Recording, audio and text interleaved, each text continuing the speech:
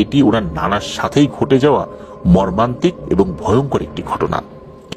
ঘটনাটি যখন ঘটেছিল তখন সাল 1990 কি 92 এরকম হবে। এই মনির ভাইয়ের নানা বাড়ি কিন্তু এই একই উপজেলায়, অর্থাৎ আটঘরিয়া উপজেলার অন্য আরেকটি গ্রামে। নানার নামটি সঙ্গত কারণে উনি বলেননি, আর নানা বাড়ির যেই গ্রামের নাম সেটাও বলেননি। উনার নানা ছিলেন ওই অঞ্চলের খুবই ক্ষমতাশালী এবং ধনী একজন ব্যক্তি। ওনার কথা অনেকেই মেনে নিতেন, মনে না চাইলেও মেনে নিতেন। নানার ছিল এক মেয়ে এক ছেলে। ঘটনাটি শুরু হয় একটি পুকুর খননকে কেন্দ্র করে। ওই সময় গ্রাম এলাকায় কিন্তু পুকুরের অনেক ব্যবহার ছিল। এখনকার মতো কিন্তু গ্রামে গ্রামে ডিপ টিউবওয়েল বসিয়ে পানি ওঠানোর যেই ব্যাপারগুলো তখন এরকমটা দেখা যেত না। গ্রামের মানুষ যেই গবাদি পশুগুলা পালতেন সেগুলোকে গোসল করানোর জন্য কিন্তু বড় জলাশয়ের প্রয়োজন হতো। এছাড়া দৈনন্দিন আরো অনেক কাজ ছিল যেগুলো পুকুরকে কেন্দ্র করে আবর্তিত হতো। নানা একটি পুকুর খনন করার কাজ হাতে নেন। তো কাজ শুরু হয়েছে। এখন যেমন এক্সকেভেটর দিয়ে খুব অল্প সময়ের মধ্যে পুকুর খনন করা যায়, তখন কিন্তু এক্সকেভেটরের ব্যবহারগুলো এরকম ছিল না। অর্থাৎ আমরা যেটাকে ভেকু মেশিন বলি সেটার ব্যবহার কিন্তু এরকম ছিল না। লোক লাগিয়ে মাটি কেটে কেটে পুকুর খনন করা হতো। এই লোকগুলো আবার যেই মাটিগুলো কাটে সেগুলো দিয়ে পুকুরের পার আবার বাধাই করে, অন্য জায়গায় ফেলে, এভাবে কিন্তু কাজ হয়।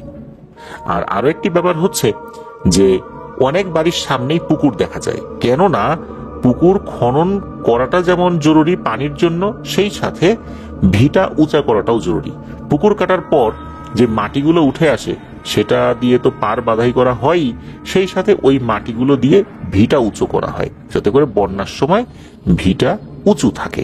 এই জন্যই মূলত ওই এলাকাগুলোতে পুকুরের ব্যবহারটাও বেশি। পুকুর তো খনন করার কাজ শুরু হয়েছে, অনেক লোক লেগে যায়। পুকুর খনন করতে করতে হঠাৎ করে একজন লোক চিৎকার করে ওঠে, উনি খুব ভয় পেয়েছেন।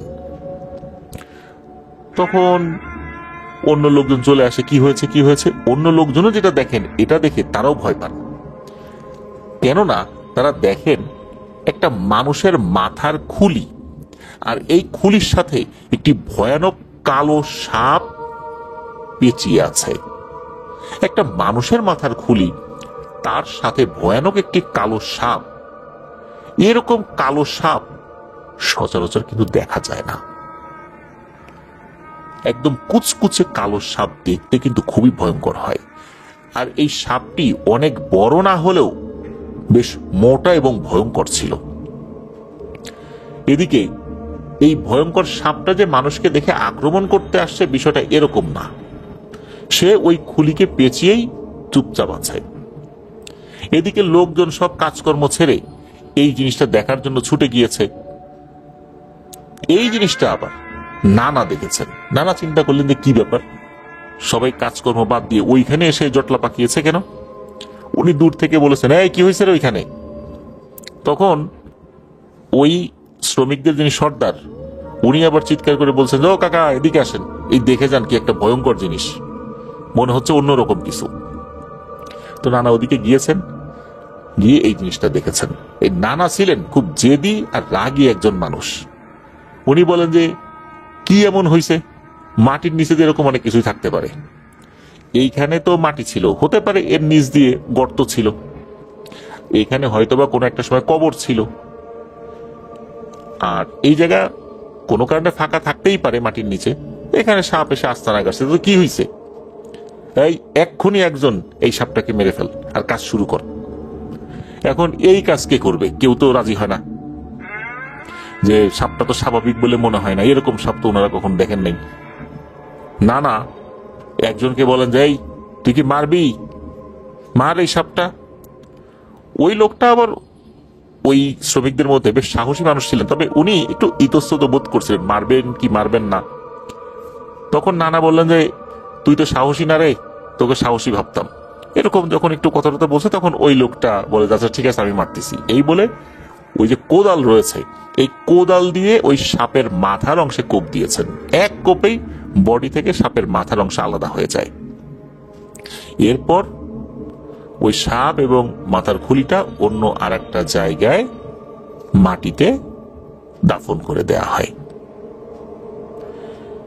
ওই রাত্রে নানা যখন ঘুমিয়েছেন উনি স্বপ্নে ভয়ঙ্কর একটা অবয়বকে দেখেন, যেই অবয়বটার দেহটা অনেকটা মানুষের মতোই কিন্তু মাথাটা সাপের মতো।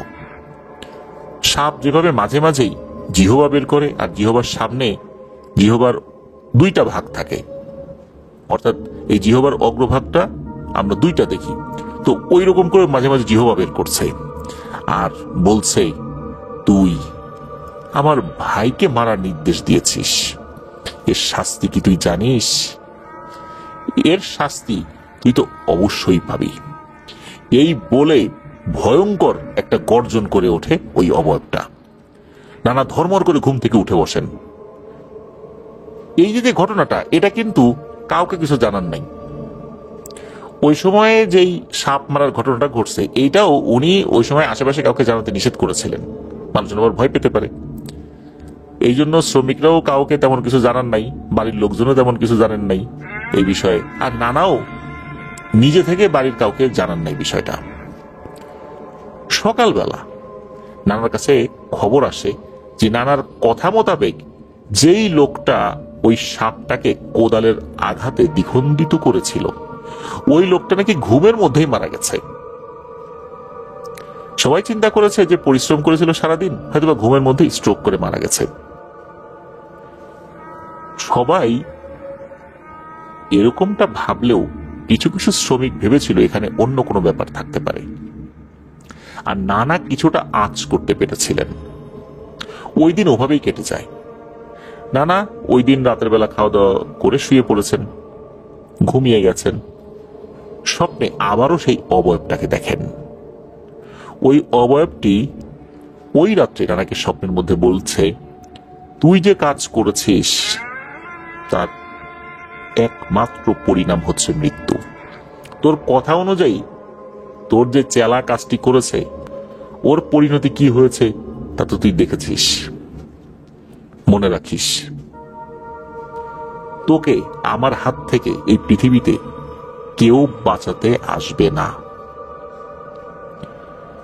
এরপর আবারও ভয়ঙ্কর একটা হুঙ্কার দিয়ে ওঠে ওই অবয়বটা। নানা এবারও ধর্মর করে উঠে বসেন, ঘেমে একাকার হয়ে গেছেন। এবারও নানা এটাকে দুঃস্বপ্ন ভেবে উড়িয়ে দিয়েছেন। উনি চিন্তা করেছেন যে বাস্তবে এরকম সাপ টাপ দেখলে ঘুমের মধ্যে মানুষ এরকম সাপ দেখে, এটা ওরকম কোনো কিছু না।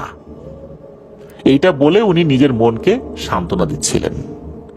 তাছাড়া যে লোকটা মারা গেছে এমনটা না যে তার লাশটা দেখে অস্বাভাবিক কিছু মনে হয়েছে, তার শরীরে কোনো সাপে কাটার দাগ আছে, এমনটা তো মনে হয়নি। তার ডেড বডি দেখেও অস্বাভাবিক কোনো কিছু মনে হয়নি। এরকম তো মানুষ মারা যেতেই পারে, এরকম মারা যায়ও মানুষ, তাই এটা নিয়ে তো এরকম ভাবনা চিন্তার কিছু নাই। তো সকালবেলা উনি ওনার কাজে গিয়েছেন। পুকুরের খনন কাজ কিন্তু চলছে, তবে খনন কাজের ক্ষেত্রে অন্য কোনো ধরনের বিপত্তি বাধে নাই, শুধু ওই একটা বিষয়ই হয়েছিল শুরুতে, এরপর আর কোনো সমস্যা হয়নি। তো নানা কোন একটা কাজে গিয়েছিলেন, উনি বিকেলের দিকে যদি কোথাও বের হতেন বা দুপুরের দিকে কোথাও বের হতেন, ফিরতে যদি রাত হওয়ার সম্ভাবনা থাকতো তখন নানা একটি ব্যাটারি চালিত টর্চ লাইট নিয়ে বের হতেন। তখন অবশ্য গ্রামে চার্জার লাইটের প্রচলনটা শুরু হয়নি। ড্রাইসেল ব্যাটারি যেই টর্চ লাইট গুলো ছিল, 2 ব্যাটারি 3 ব্যাটারি 4 ব্যাটারি 5 ব্যাটারি এরকম লাইট গুলো ছিল, এগুলো মানুষ ব্যবহার করতো। তো নানার এরকম একটা ব্যাটারি ছিল, যেই ব্যাটারি গুলো ওই টর্চ ব্যাটারি চালিত টর্চ লাইট ছিল, যেটা দিয়ে উনি রাত্রেবেলা আসা যাওয়া করতেন। তো নানা তো ওই লাইটটা জ্বালিয়েই ফিরছিলেন বাড়ির দিকে। রাত যে আহামরি বেশি হয়েছে তা না, এসার আজান হয়েছে বা হয়নি এরকম একটা সময় হবে আর কি। তো নানা যেই পথ দিয়ে আসছিলেন ওই পথে নানা একাই ছিলেন। হঠাৎ করে পেছন থেকে কেউ একজন বলে ওঠে, এইবার তোকে পাইছি রে। পাইছি এবার তোকে। এই কথা শোনার পর নানা কি করেছেন, ওই টর্চ লাইট জ্বালিয়েই পেছন দিকে ঘুরেছেন। যখন ঘুরেছেন উনি টর্চ লাইটের আলো ফেলে ভয়ঙ্কর একটা অবয়ব দেখেন। উনি দেখেন এটা সেই অবয়ব যেই অবয়বকে উনি রাতের বেলা কয়েকবার স্বপ্নে দেখেছেন। কি যে ভয়ঙ্কর বিভৎস দেখতে সেই অবয়বটা।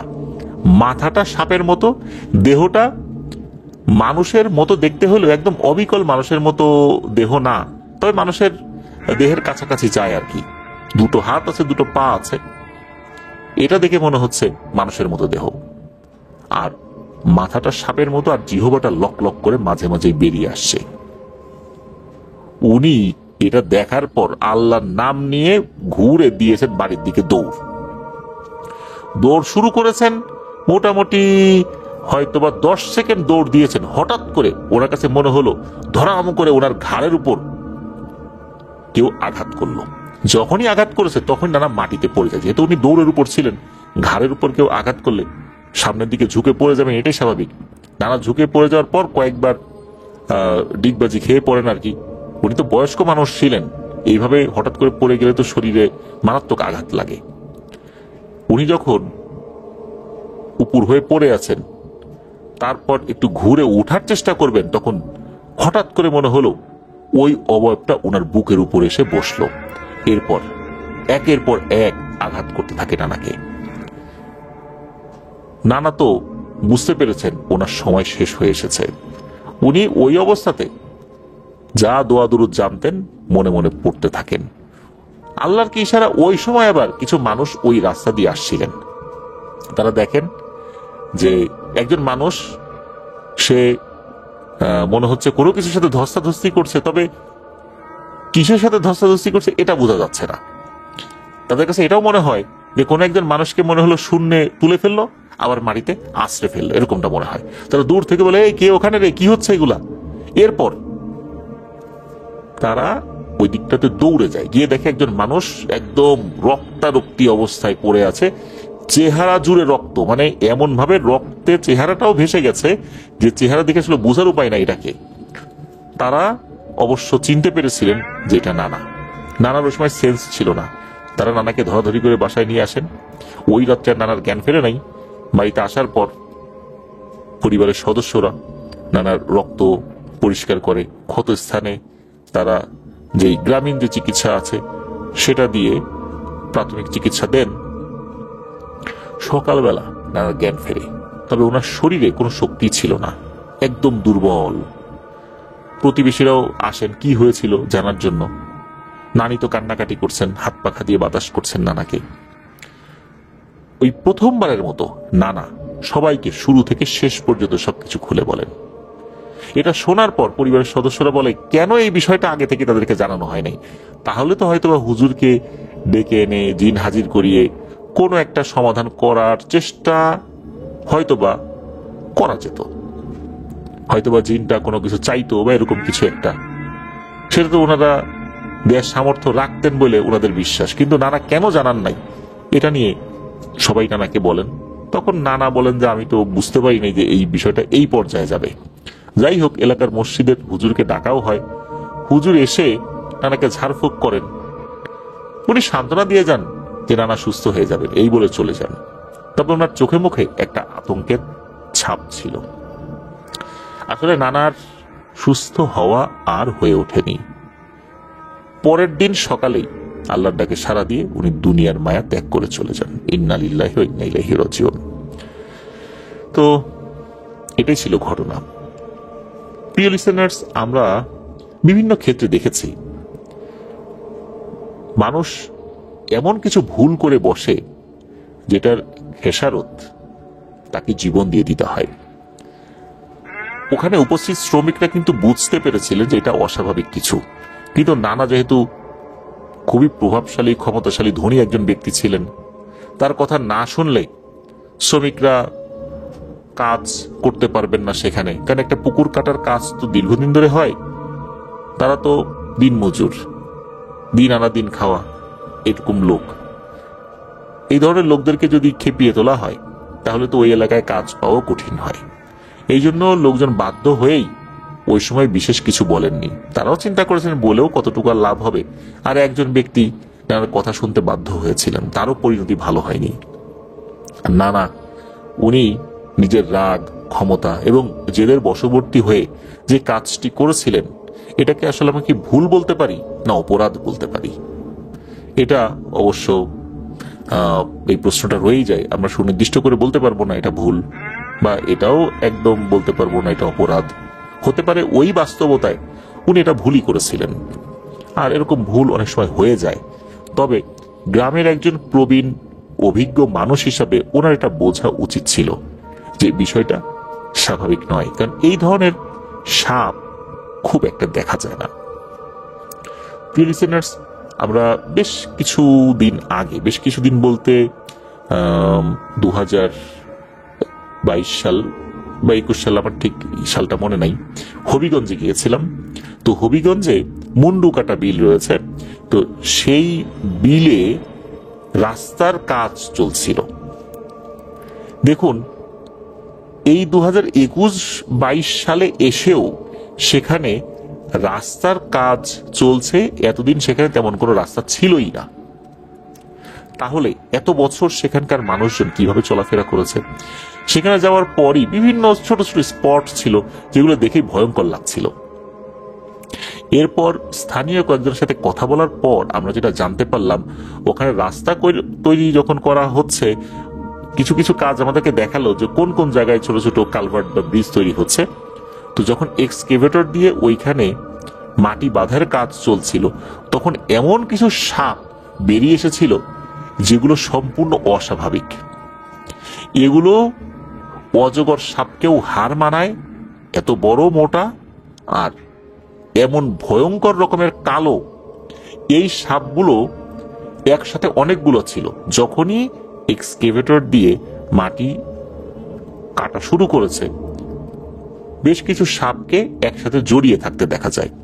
এরপর হঠাৎ করে সাপগুলো যেন কোথায় চলে গেল, মাটির ভেতরে চলে গেল না কোথায় চলে গেল আর দেখা গেল না। এক্সকেভেটর দিয়ে ওখানে মাটি আবার কিছুটা খোঁড়া হলেও আর ওই সাপগুলোর অস্তিত্বই পাওয়া যায় নাই।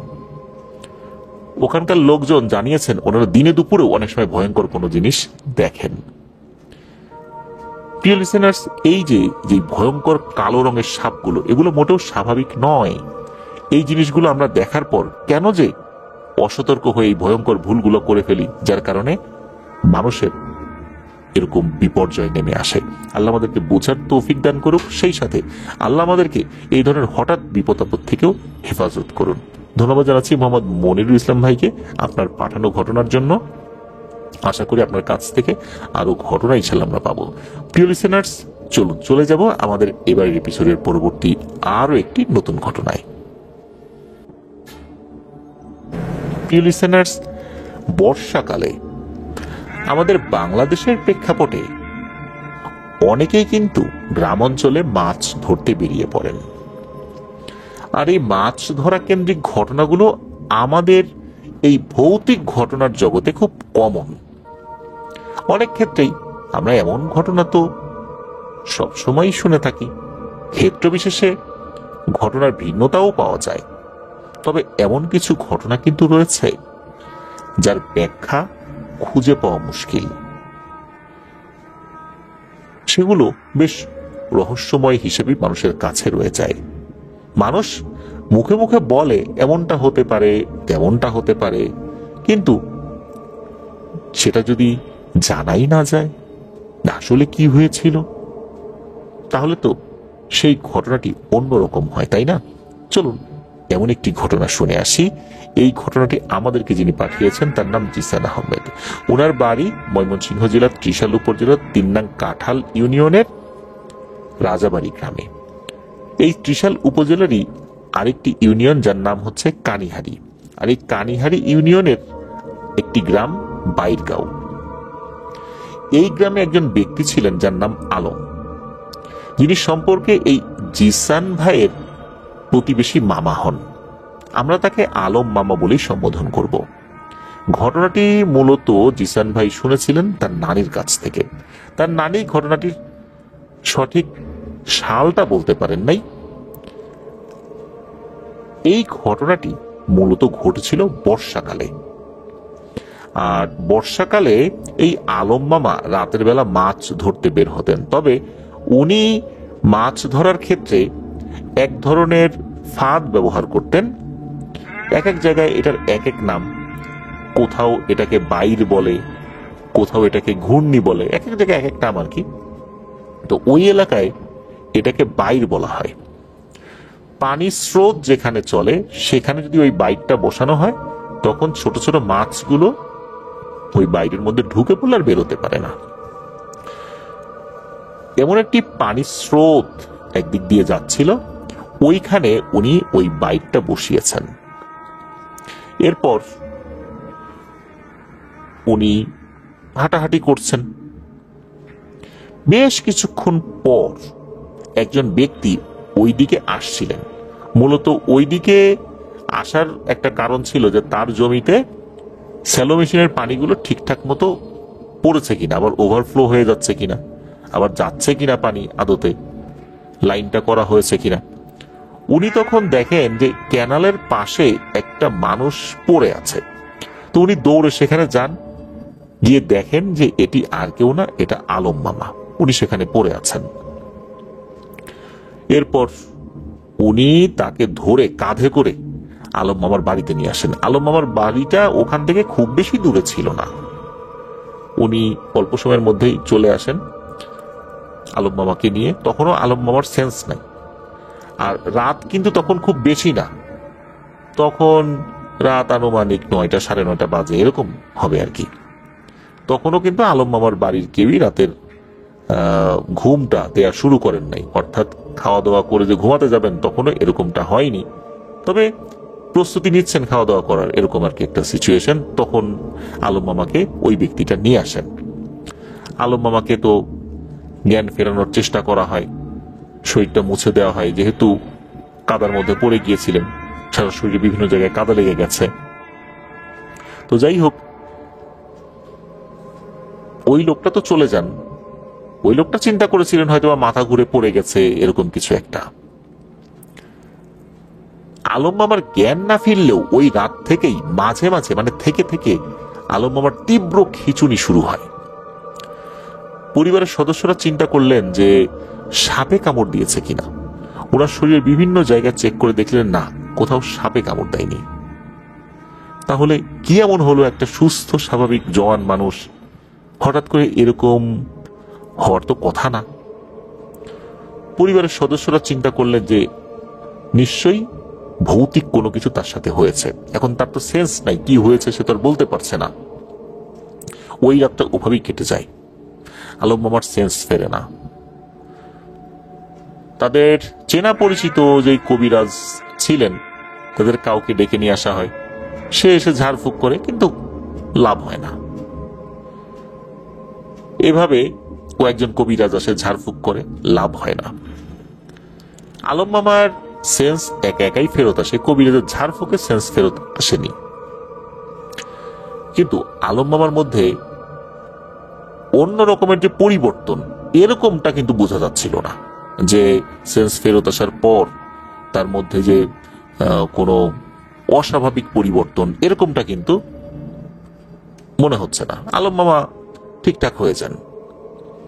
আর যেহেতু ঠিকঠাক হয়ে যান, তখন কিন্তু এই বিষয়টা নিয়ে কেউ আর মাথা ঘামায় না। তবে ওই রাত্রে আলম মামার সাথে কি হয়েছিল এটা আলম মামা নিজেও বলতে পারেন না, যে আসলে ঘটনাটা কি হয়েছিল। উনি হঠাৎ করেই সেন্সলেস হয়ে পড়ে যান। এর অল্প কিছুদিন পর যখন আলম মামা একটু স্বাভাবিক হয়েছেন আর কি, আলম মামা শারীরিকভাবে অসুস্থ থাকলেও আস্তে আস্তে স্বাভাবিক হয়েছেন। ওনার আচার আচরণ তো নর্মালি ছিল, আগেও যেরকম ছিল এরপরও সেরকমই ছিল। তো আলম মামা উনি কি করেছেন, একটা কদম গাছে উঠেছেন। ওই সময় কিন্তু কদম ফুল যেটা, ওইটা বেশ বড় বড় হয়েছে। আমরা কদম ফুল কিন্তু দেখি বর্ষাকালে। বর্ষাকালে সাধারণত কদম ফুল ফোটে। তো আলম মামা কদম ফুল পাড়ার জন্য ওনার বাড়ির কাছাকাছি জায়গায় একটা কদম গাছে উঠেছেন। কদম গাছটা বেশি বড় ছিল না, ছোটই ছিল। বেশ অনেক কদম ফুল ফুটেছিল সেই কদম গাছে। উনি যখন গাছে উঠেছেন, কোনো এক অজানা কারণে উনি ওই কদম গাছ থেকে নিচে পড়ে গিয়েছেন। অদ্ভুত বিষয়, উনি মাটির উপর, মানে শক্ত মাটির উপর পড়েছেন, ওনার নাকি কোনো ব্যথাই লাগেনি, এমনটাই নাকি নানি জানিয়েছিলেন। আলম মামা বলেন যে কোনো ব্যথাই লাগে নাই। আসলে উনি কেন পড়ে গেছেন এটাও বলতে পারেন না, কি কারণে পড়ে গেলেন। পা ফসকেও পড়ে যান নাই, হাত ফসকেও পড়ে যান নাই, আবার কেউ ধাক্কা দিয়েছে এটাও বলতে পারেন না উনি। তাহলে পড়ে গেলেন কিভাবে? ওই রাত্রে অজ্ঞান হয়ে গেছেন কিভাবে সেটাও বলতে পারেন না। আবার যে কদম গাছ থেকে পড়ে গেলেন সেটাও বলতে পারেন না। পড়ে যাওয়ার পরে ব্যথাও লাগলো না, এটা কেন? আলম মামা কিন্তু স্বাভাবিকভাবেই দিন কাটাচ্ছেন। আলম মামাদের টিনের ঘর ছিল, আর টিনের ঘরের মেঝে তো সাধারণত মাটিরই হয়ে থাকে গ্রাম অঞ্চলে, আমরা যেটা দেখি আর কি। আর ওই সময় প্রেক্ষাপটে অধিকাংশ বাড়ির যে ফ্লোর এটা মাটিরই ছিল। তো আলম মামাদের ঘরও একই রকম ছিল। তো ঘরের বাইরে কিন্তু একটা সিঁড়ির মতো করা হয়, যেখানে পা দিয়ে ঘরের চৌকাঠ পেরিয়ে মানুষ ঘরে ঢোকে। তো ওই যে যেই অংশটা এটা মাটির থাকলে কিছু সমস্যা হয় কি, যে যদি বৃষ্টি হয় তাহলে ওই জায়গাটা কাদা হয়ে গেলে কিন্তু পা পিছলে পড়ে যাওয়ার সম্ভাবনা থাকে। এই জন্য অনেকেই ওই জায়গাটাতে ইট দিয়ে রাখেন, যাতে করে বৃষ্টি হলেও ওই জায়গাটা পিচ্ছিল না হয়ে যায়। ওই জায়গায় আগে ইট ছিল, কোনো কারণে ইটগুলো নষ্ট হয়ে গেছে, নতুন করে ইট ওখানে বসানো দরকার ছিল। বাড়ির আশেপাশে বেশ কিছু পুরনো ইট ছড়িয়ে ছিটিয়ে ছিল। এই আলম মামা এবং আলম মামার মা অর্থাৎ নানি, ওনারা দুজন মিলে কিছু ইট সংগ্রহ করে এনেছেন। তবে সেই ইটগুলোর সাথে শ্যাওলা, মাটি, কাদা এগুলো ছিল। এই ইটগুলো পরিষ্কার করার প্রয়োজন ছিল। তো ওনারা কিছু ইট এনে একপাশে গুছিয়ে রেখেছিলেন, চিন্তা করেছেন যে পাশে যে পুকুর রয়েছে এই পুকুরে গিয়ে ইটগুলো ধুতে হবে। তো আলম মামা উনি ওনার মায়ের সাথে কয়েকটা ইট নিয়ে পুকুরে ধুতে গিয়েছেন। তো কিছু সময় ধুয়েছেন, ধোয়ার পর আলম মামা বললেন যে একটু বাজারে যাই, চা খেয়ে আসি, পানও খাবো। আলম মামার আবার পান খাওয়ার অভ্যাস ছিল। এদিকে নানি চিন্তা করলেন যে কিছু সময় তো ধুইলাম, আরো বেশ কিছু ইট আছে, আমিও যাই। আলম বাজার থেকে আসতে আসতে আলম যেই পথ দিয়ে আসবে ওই পথের পাশেই একটা বাড়ি আছে, ওই বাড়ির লোকজনের সাথে গিয়ে একটু গল্প গুজব করে আসি। গ্রামের মহিলারা কিন্তু এক বাড়ি থেকে আরেক বাড়িতে যান, গল্প গুজব করেন, এটা হরহামেশাই দেখা যায়। তো আলম মামা তো চলে গেছেন বাড়ির কাছাকাছি একটা বাজারে, বাড়ির কাছাকাছি বাজার ছিল, বেশি দূরে না। এদিকে নানিও গিয়েছেন ওই বাড়িতে, গল্প গুজব করছেন। আর ওই বাড়ির উঠোনটা এরকম ছিল যে ওই রাস্তা দিয়ে কেউ হেঁটে গেলে দেখা যায়। তা আলম মামা যদি ওই পথ দিয়ে ফিরেন তাহলে তাকে দেখা যাবে, আর তখন নানিও চলে আসবেন। আর আলম মামাকে উনি বলেও ছিলেন যে তুই এদিক দিয়ে আসার সময় কিন্তু আমাকে ডাক দিবি, আমি ওই বাড়িতে থাকবো। আলম মামা বলছেন ঠিক আছে, আমি ডাক দিব। তো নানি তো বসে আছেন, গল্প গুজব করছেন, অনেকক্ষণ হয়ে যায়, আলম মামা আসেন না। এদিকে জোহরের আজানের সময় হয়ে যাচ্ছে, এখন ইট ধুবেন কখন আর দুপুরের খাবার চুলায় বসাবেন কখন? উনি বিরক্ত হয়ে বলতেছেন যে কি ব্যাপার, আলম এখনো আসলো না, চা খাইতে পান খাইতে কি এতক্ষণ লাগে নাকি? ওর অপেক্ষায় থাকতে থাকতে তো বেলা চলে যাচ্ছে, এই ইট ধুয়ে আমি আবার খাবার বসাবো কখন? খাইতে খাইতে তো সে বিকাল হয়ে যাবে। তখন নানি উনি ওই বাড়ি থেকে বেরিয়ে বাড়ির দিকে হাঁটা শুরু করেন, চিন্তা করেন যে ঠিক আছে আমি আগে রান্নাটা চড়াই দিই। উনি তো বাড়িতে ঢুকে গেছেন, তখন ওনার কাছে মনে হলো পুকুর পাড়ে কোনো কিছু শব্দ হচ্ছে। উনি চিন্তা করেন কি ব্যাপার, পুকুর পাড়ের যে শব্দ এইটা তো মনে হচ্ছে পুকুর পাড়ে কেউ কাজ করছে। উনি একটু উকি দিয়ে দেখেন যে এটা কে কাজ করছে ওইখানে। দেখেন যে আলম মামা ইট ধুচ্ছে ওখানে এসে। উনি ভাবলেন যে ঘটনা কি, আলম আসলো, কখন আসলো, আমাকে তো ডাকও দিল না, আবার আসতে পারে হয়তোবা উনি অর্থাৎ নানি ওইখান থেকে চলে আসার পর আলম মামা আসছে, যখন ওই বাড়িতে ডাক দিয়েছে বলছে যে তোর মা তো চলে গেছে, এই জন্য আলম মামা এসে ইট ধোয়ার কাজ শুরু করছেন। উনি তো রান্না বাড়ার কাজ শুরু করতেছেন, এই জন্য উনি আর আলম মামাকে ঘাটাঘাটি করতে চান নাই। ওই সময়ে একটা ব্যাপার হয়, সেটা হচ্ছে যে একজন ব্যক্তি ওই পুকুরটা মূলত যাদের ছিল, তো উনি কি করছেন, ওই পুকুরে জাল নিয়ে আসেন, মাছ ধরবেন। হাত জাল বা ঝাঁকি জাল যেটা বলে, ছুড়ে দিতে হয় যে জালগুলো। ওনার বাড়িতে আবার ওই সময় মেহমান আসছে। উনি চিন্তা করলেন যে যাই পুকুরে কয়েকবার জাল ফেলি, মাছ ধরতে পারলে এই মাছ রান্না করা হবে, মেহমান যেহেতু আসছে বাড়িতে। তো উনি যখন আসছেন, আসার পর উনি কিন্তু ওই পুকুর পাড়ে কাউকে দেখেন নাই। উনি জাল ফেলেছেন। প্রথমবার জাল ফেলার পরেই ঘটে একটা ভয়ঙ্কর ঘটনা। উনি যখনই জাল ফেলেছেন, ওনার কাছে মনে হলো পুকুরের পানির যেই অংশে উনি জাল ফেলেছেন, ধরাম করে পানির ভেতর থেকে বাতাস জাতীয় কিছু একটা বের হলো, তার জাল ভেদ করে বের হয়ে কোথাও যেন চলে গেল। অর্থাৎ পানির নিচ থেকে যদি কোনো বাতাস বের হয়, এটা বিশাল আকারের বুড়বুড়ি আকারে বাতাস বের হবে, ওই রকম করে বের হলো এবং জালের ছিদ্র দিয়ে ওই বাতাসটা দমকা হাওয়ার মতো বেরিয়ে চলে গেল। উনি তো অবাক হলেন, কি ব্যাপার, এরকম হইলো কেন? এরপর ওনার কাছে মনে হলো যে জালের ভেতরে মানুষের পায়ের মতো কিছু একটা দেখা যাচ্ছে। উনি তাড়াতাড়ি জাল যখন তোলা শুরু করছেন, জালটা প্রচন্ড ভারী মনে হচ্ছে। উনি নামলেন। নামার পর উনি বুঝতে পারলেন এই জালের মধ্যে একজন মানুষ।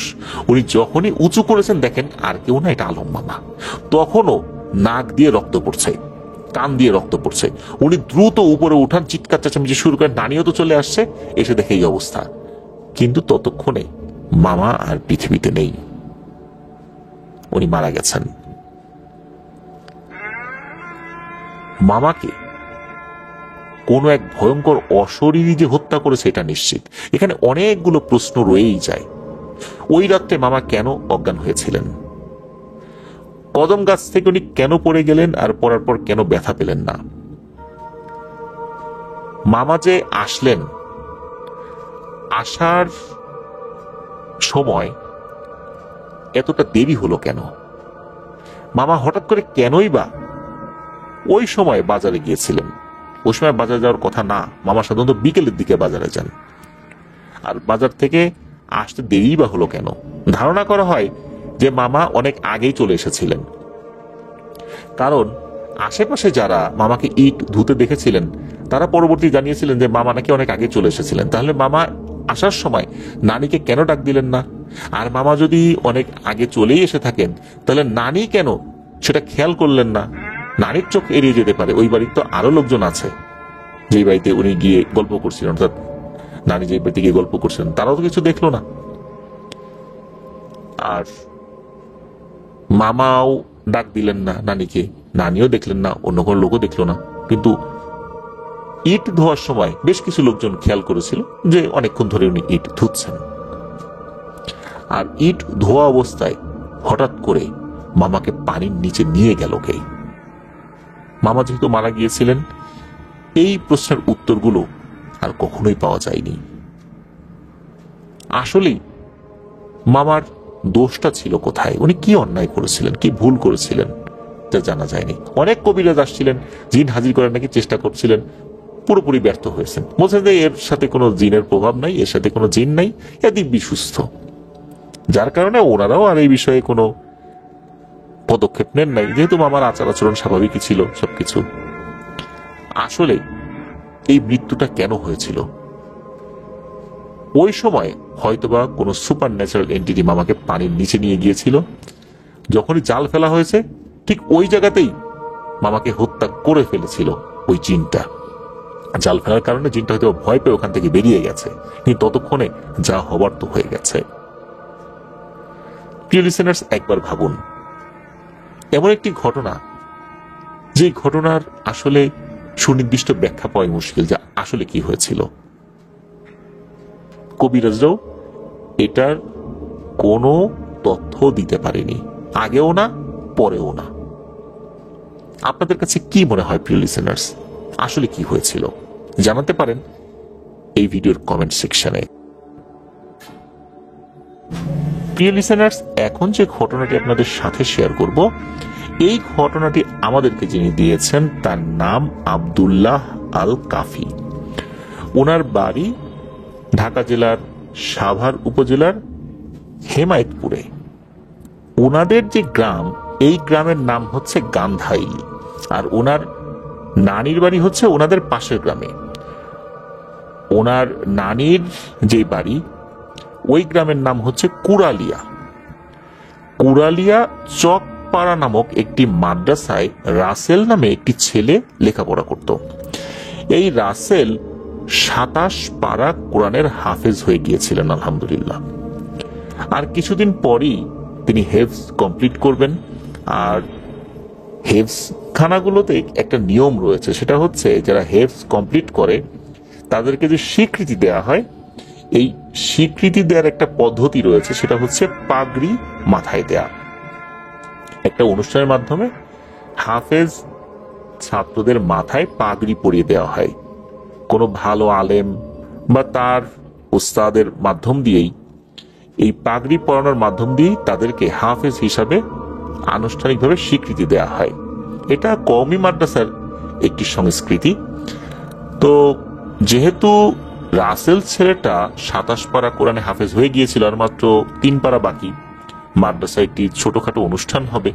সেখানে রাসেল ছাড়াও আরো যে কয়েকজন হেফজ কমপ্লিট করবে বা ইতিমধ্যে কেউ কেউ করে ফেলেছে, তাদেরকে পাগড়ি দেওয়া হবে।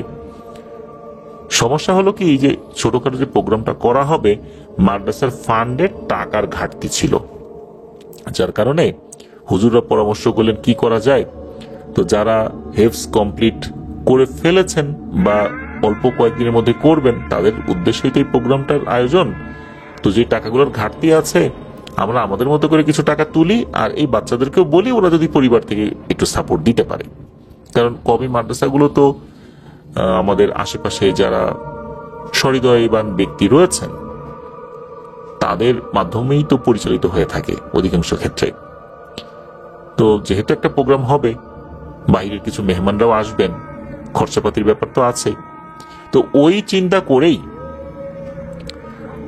একজন উস্তাদ এই রাসেল ছেলেটাকে কাছে ডাকে এবং ডেকে বলে যে, বাবা, আমাদের তো কিছু টাকা পয়সাও লাগে, তুমি বাড়িতে যাও, বাড়িতে গিয়ে তোমার পরিবারকে বলে সাধ্য অনুযায়ী যা পারো আর কি নিয়ে আসো। রাসেল খুশি মনেই বাড়িতে গিয়েছে। সকালবেলা বাড়িতে গিয়েছে। বাড়িতে যাওয়ার পর তার মাকে বলেছে যে এই ব্যাপার, কিছু টাকা দিলে ভালো হয়। তখন তার মা তাকে বলেছে, তুই মাদ্রাসায় যা, আমি বিকালের দিকে তোর মাদ্রাসায় যাব, হুজুরের সাথে আমি কথা বলে আসব। তো রাসেল তো চলে আসছে। এসে সে তার লেখাপড়ায় মন দিয়েছে, আর কয়েকদিন পরেই সে হেফজ কমপ্লিট করবে। মনে মনে খুব খুশি। এদিকে বিকালের দিকে রাসেলের মা মাদ্রাসায় এসেছে। আসার পর এসে বলছে, এই কোন হুজুর আমার ছেলের কাছে টাকা চাইছে, এইভাবে বলতেছে। তখন একজন ওস্তাদ বের হয়ে এসে বলছেন যে, জি আমি বলছিলাম ওকে।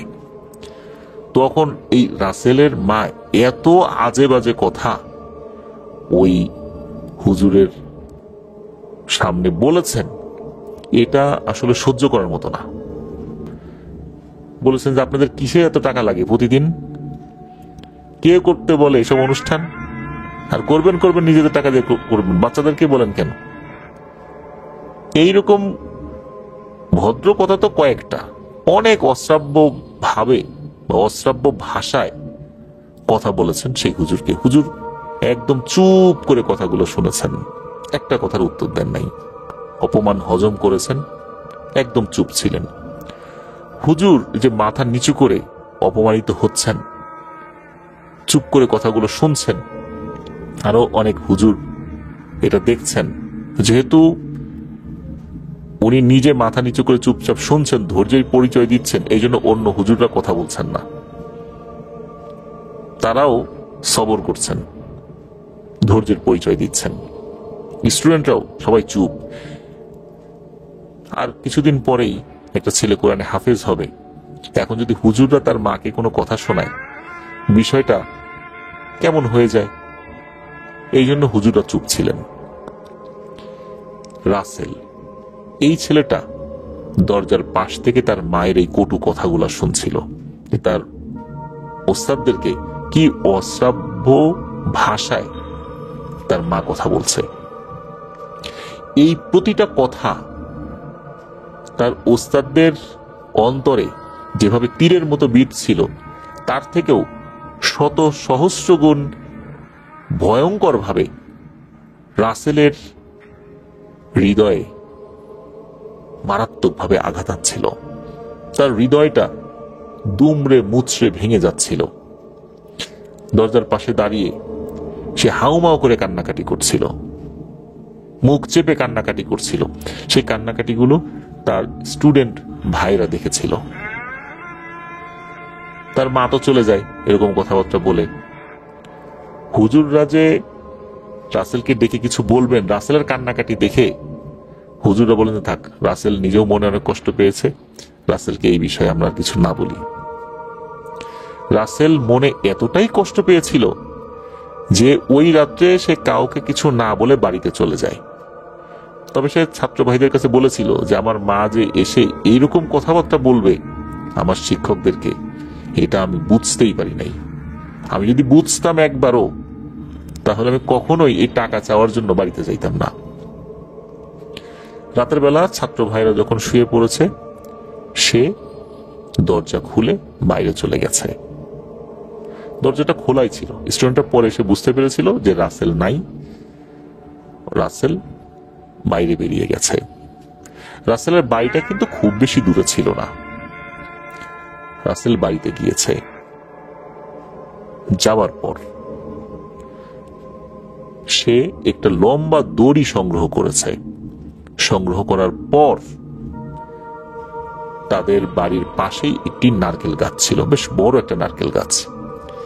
এই নারকেল গাছের যে ডাল বা ডগা বলি, এর উপর দিয়ে দড়ি ছুঁড়ে মেরেছে। ডগার গোড়ার অংশে যখন ডালটা মোটামুটি যে অংশটা শক্ত থাকে আর কি, ঝুলে পড়ে না, ওই অংশের দড়িটা সেট করে রাসেল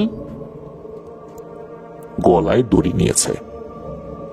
সকালবেলা পাশের বাড়ির এক চাচি, উনি পাতা ঝাড়ু দেওয়ার জন্য যখন বের হয়েছেন, উনি দেখেন নারকেল গাছের সাথে রাসেলের নিথর দেহ ঝুলছে। এটা দেখার সাথে সাথে উনি তো চিৎকার চেঁচামেচি শুরু করেছেন। রাসেলের পরিবারের সদস্যরা চলে আসে, তার মা চলে আসে, কান্নাকাটি শুরু করে। তবে ওই সময় রাসেলের এই মৃত্যুর খবরটা থানা পুলিশকে জানানো হয়নি। কেননা রাসেল যে মনের দুঃখে আত্মহত্যা করেছে এটাই সবাই ধরে নিয়েছিল। আর একদম গ্রামের ভিতরে তো বিষয়টা আসলে জানানোর প্রয়োজনও বোধ করেনি। খুবই দ্রুততার সাথে রাসেলকে দাফন কাফন করিয়ে দেওয়া হয়। রাসেলের মা অনুশোচনায় ভুগতে থাকেন যে আমি এটা কি করলাম, এরকম একটা কাজ করে ফেললাম আমি। এদিকে রাসেলের যখন দাফন কাফন হয়ে গেল, রাসেলের পরিবার শোকে কাতর হয়ে আছে, তার মা বিলাপ করছে, নিজের এই কৃতকর্মের জন্য অনুশোচনা করছে। তখন ঘটে আর একটা ঘটনা। পাশের এক প্রতিবেশী, যার নাম হচ্ছে সাহারা, উনি একজন মধ্যবয়স্কা মহিলা, উনি এসে রাসেলের পরিবারের একজনকে বলেন, আচ্ছা, রাসেল যেই পাঞ্জাবিটা পরে আত্মহত্যা করেছিল, ওই পাঞ্জাবির একটা অংশ কেটে দেয়া যাবে? আমরা একটু কাপড় দরকার। এই মহিলা নাকি আমরা একটু কবিরাজ টাইপের ছিল আর কি। ওই সময়ে সে এরকম চাচ্ছিল। আর রাসেলের পরিবারের সদস্যদের ওই সময় মাথাও ঠিক ছিল না, এরকম একটা আকস্মিক ঘটনা ঘটে যাওয়ার কারণে। একটা ছেলে 27 পারা কোরআনে হাফেজ, আর কিছুদিন পর হেফজ কমপ্লিট করবে, হাফেজ হবে, সেরকম একটা ঘটনা ঘটিয়ে ফেললো পরিবারের সদস্যদের একটা দুর্ভাগ্যজনক আচরণের কারণে। এটা আসলে কেউই মেনে নিতে পারছিলেন না, যেহেতু সবাই শোকে কাতর ছিলেন। উনি গিয়েছেন, চাচ্ছেন, লোকজন যেহেতু শোকে কাতর, উনি কোনো না কোনো ভাবে, হয় কারো মাধ্যম দিয়ে হোক বা নিজেই হোক, রাসেলের ওই পাঞ্জাবির একটা অংশ কেটে নিয়ে চলে আসেন বাড়িতে। ওই রাত্রে উনি যখন ঘুমিয়ে আছেন, তখন ঘটে ভয়ঙ্কর একটি ঘটনা।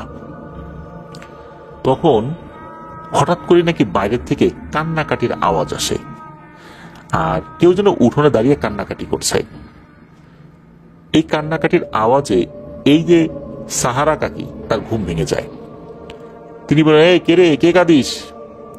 তখন বাইরের থেকে উত্তর আসে, ও সাহারা কাকি, আমার খুব শীত করতেছে, আমার পাঞ্জাবির অংশটা দিয়ে দাও। তখন এই সাহারা কাকির যিনি স্বামী, ওনার ঘুম ভেঙে যায়। উনি বলে, এই তুমি কার সাথে কথা বলো? তখন বলে যে, শোনো, বাইরে কে যেন কান্নাকাটি করতেছে। ওনার স্বামীও এটা শোনেন, বাইরে কে যেন কান্নাকাটি করছে। তখন ওনার স্বামী বলেন, এই কে রে, বাইরে কে? ও কাকা, আমার পাঞ্জাবির অংশ তোমার ঘরে আছে, আমার পাঞ্জাবির অংশটা দিয়ে দাও, আমার খুব শীত করতেছে। এই কথা শোনার পর এই সাহারা কাকির যিনি স্বামী আর সাহারা কাকি, এই দুইজন বলতেছেন যে, বাইরে কে দুষ্টামি করতেছে এত রাতের বেলা, আসো তো দেখি। তো এই কথা বলার পরও দরজা খুলে দেখার সাহস হয় না। সাহারা কাকি উনি বলতেছেন, দরজা খুলে দেখার দরকার নেই, আসো, আমাদের যে টিনের বেড়া আছে, এই টিনের বেড়ার জায়গায় জায়গায় তো ছিদ্র আছে, এইটা দিয়ে দেখি। তো দুইজনই ছিদ্র দিয়ে বাইরে তাকিয়েছেন। চাঁদের যে আলোটা ছিল উঠানোর উপর পড়েছিল, সেটাতে আপনারা দেখতে পান এই রাসেলের মতো পাঞ্জাবি পায়জামা টুপি পরা কোন একটা অবয়ব কান্না করছে। আর যেই অংশ থেকে পাঞ্জাবির কাপড়ের একটা পার্ট কাটা হয়েছিল, মনে হচ্ছে যে ওই পাঞ্জাবিটাই সে পরে আছে, আর সে কান্নাকাটি করছে।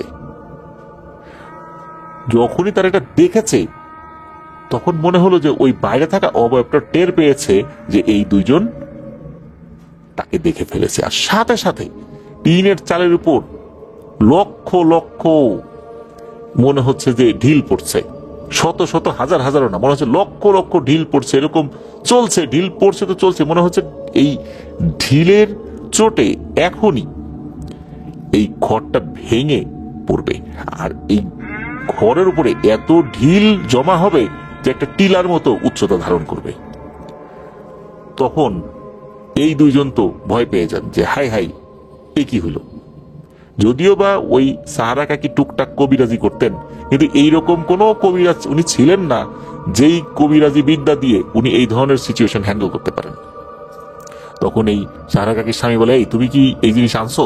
তখন সাহারা কাকি বলেন যে, হ্যাঁ আনছি। তো উনি বলেন যে, ফজরের আজানের সাথে সাথে এই জিনিস তুমি ওই বাড়িতে ফেরত দিয়ে আসবা, খবরদার এটা রাখবা না।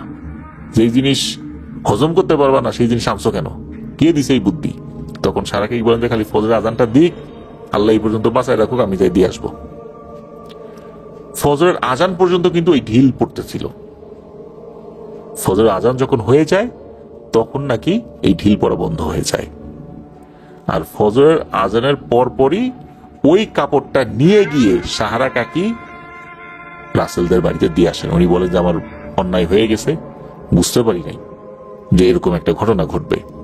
উনি ওই কাপড়ের টুকরাটা একটা টিনের কৌটার মধ্যে রেখেছিলেন, ওইটা আবার সকালবেলা নিয়ে গিয়ে উনি দিয়ে আসছিলেন। তবে এরপর আর কোনো ধরনের কোনো ঘটনা ঘটেছে এমনটা শোনা যায়নি। প্রিয় লিসেনার্স, আমাদের এই ঘটনার কিন্তু গুরুত্বপূর্ণ কয়েকটা শিক্ষণীয় ব্যাপার রয়েছে। প্রথমত, আমরা পিতামাতা মাঝে মাঝে এমন কিছু আচরণ করি যা সন্তানের হৃদয়ে এমন রক্তক্ষরণ হয় যে তারা মানসিকভাবে খুবই ভেঙে পড়ে। নিজের চোখের সামনে নিজের মা তার ওস্তাদদেরকে এইভাবে অপমান করছে, এই জিনিসটা রাসেল কোনোভাবে মেনে নিতে পারে নাই। তার ওই ছোট্ট হৃদয়ে এমন রক্তক্ষরণ হয়েছে যা আসলে কোনো সান্ত্বনা বাণী দিয়ে বোঝানোর মতো না।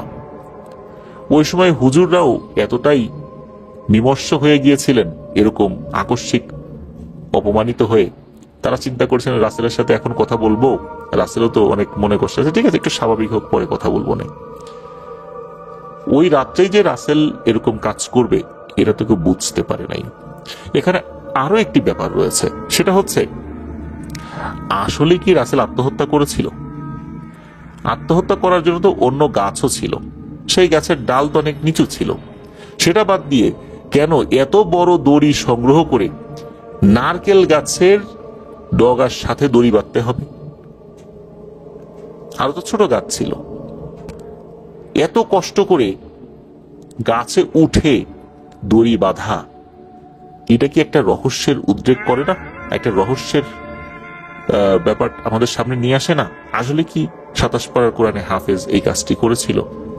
এই বিষয়টাও কিন্তু রহস্যই রয়ে গেল, যেহেতু কেউ দেখেনি যে আসলে রাসেলই দড়ি ঝুলিয়েছে। কেউ যদি দেখতো তাহলে অবশ্যই রাসেলকে বাধা দিত, কিন্তু আগে পরের বিভিন্ন ব্যাপারগুলো মিলিয়ে এটা অনুমান করা যায় যে রাসেল আত্মহত্যাই করেছে। প্রিয় লিসেনার্স, এমন ঘটনা কিন্তু মাঝে মাঝেই ঘটেছে।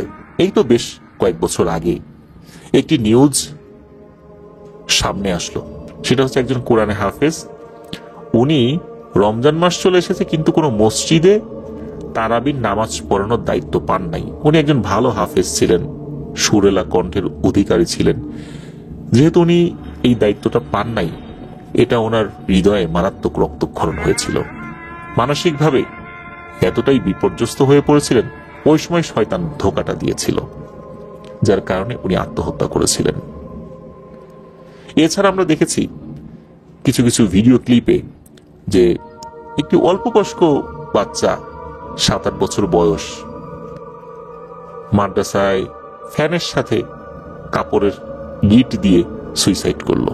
সেই ভিডিওগুলো কিন্তু ফেসবুকে ভাইরাল হলো। এটা আমাদের সবার হৃদয় রক্তক্ষরণ করেছিল।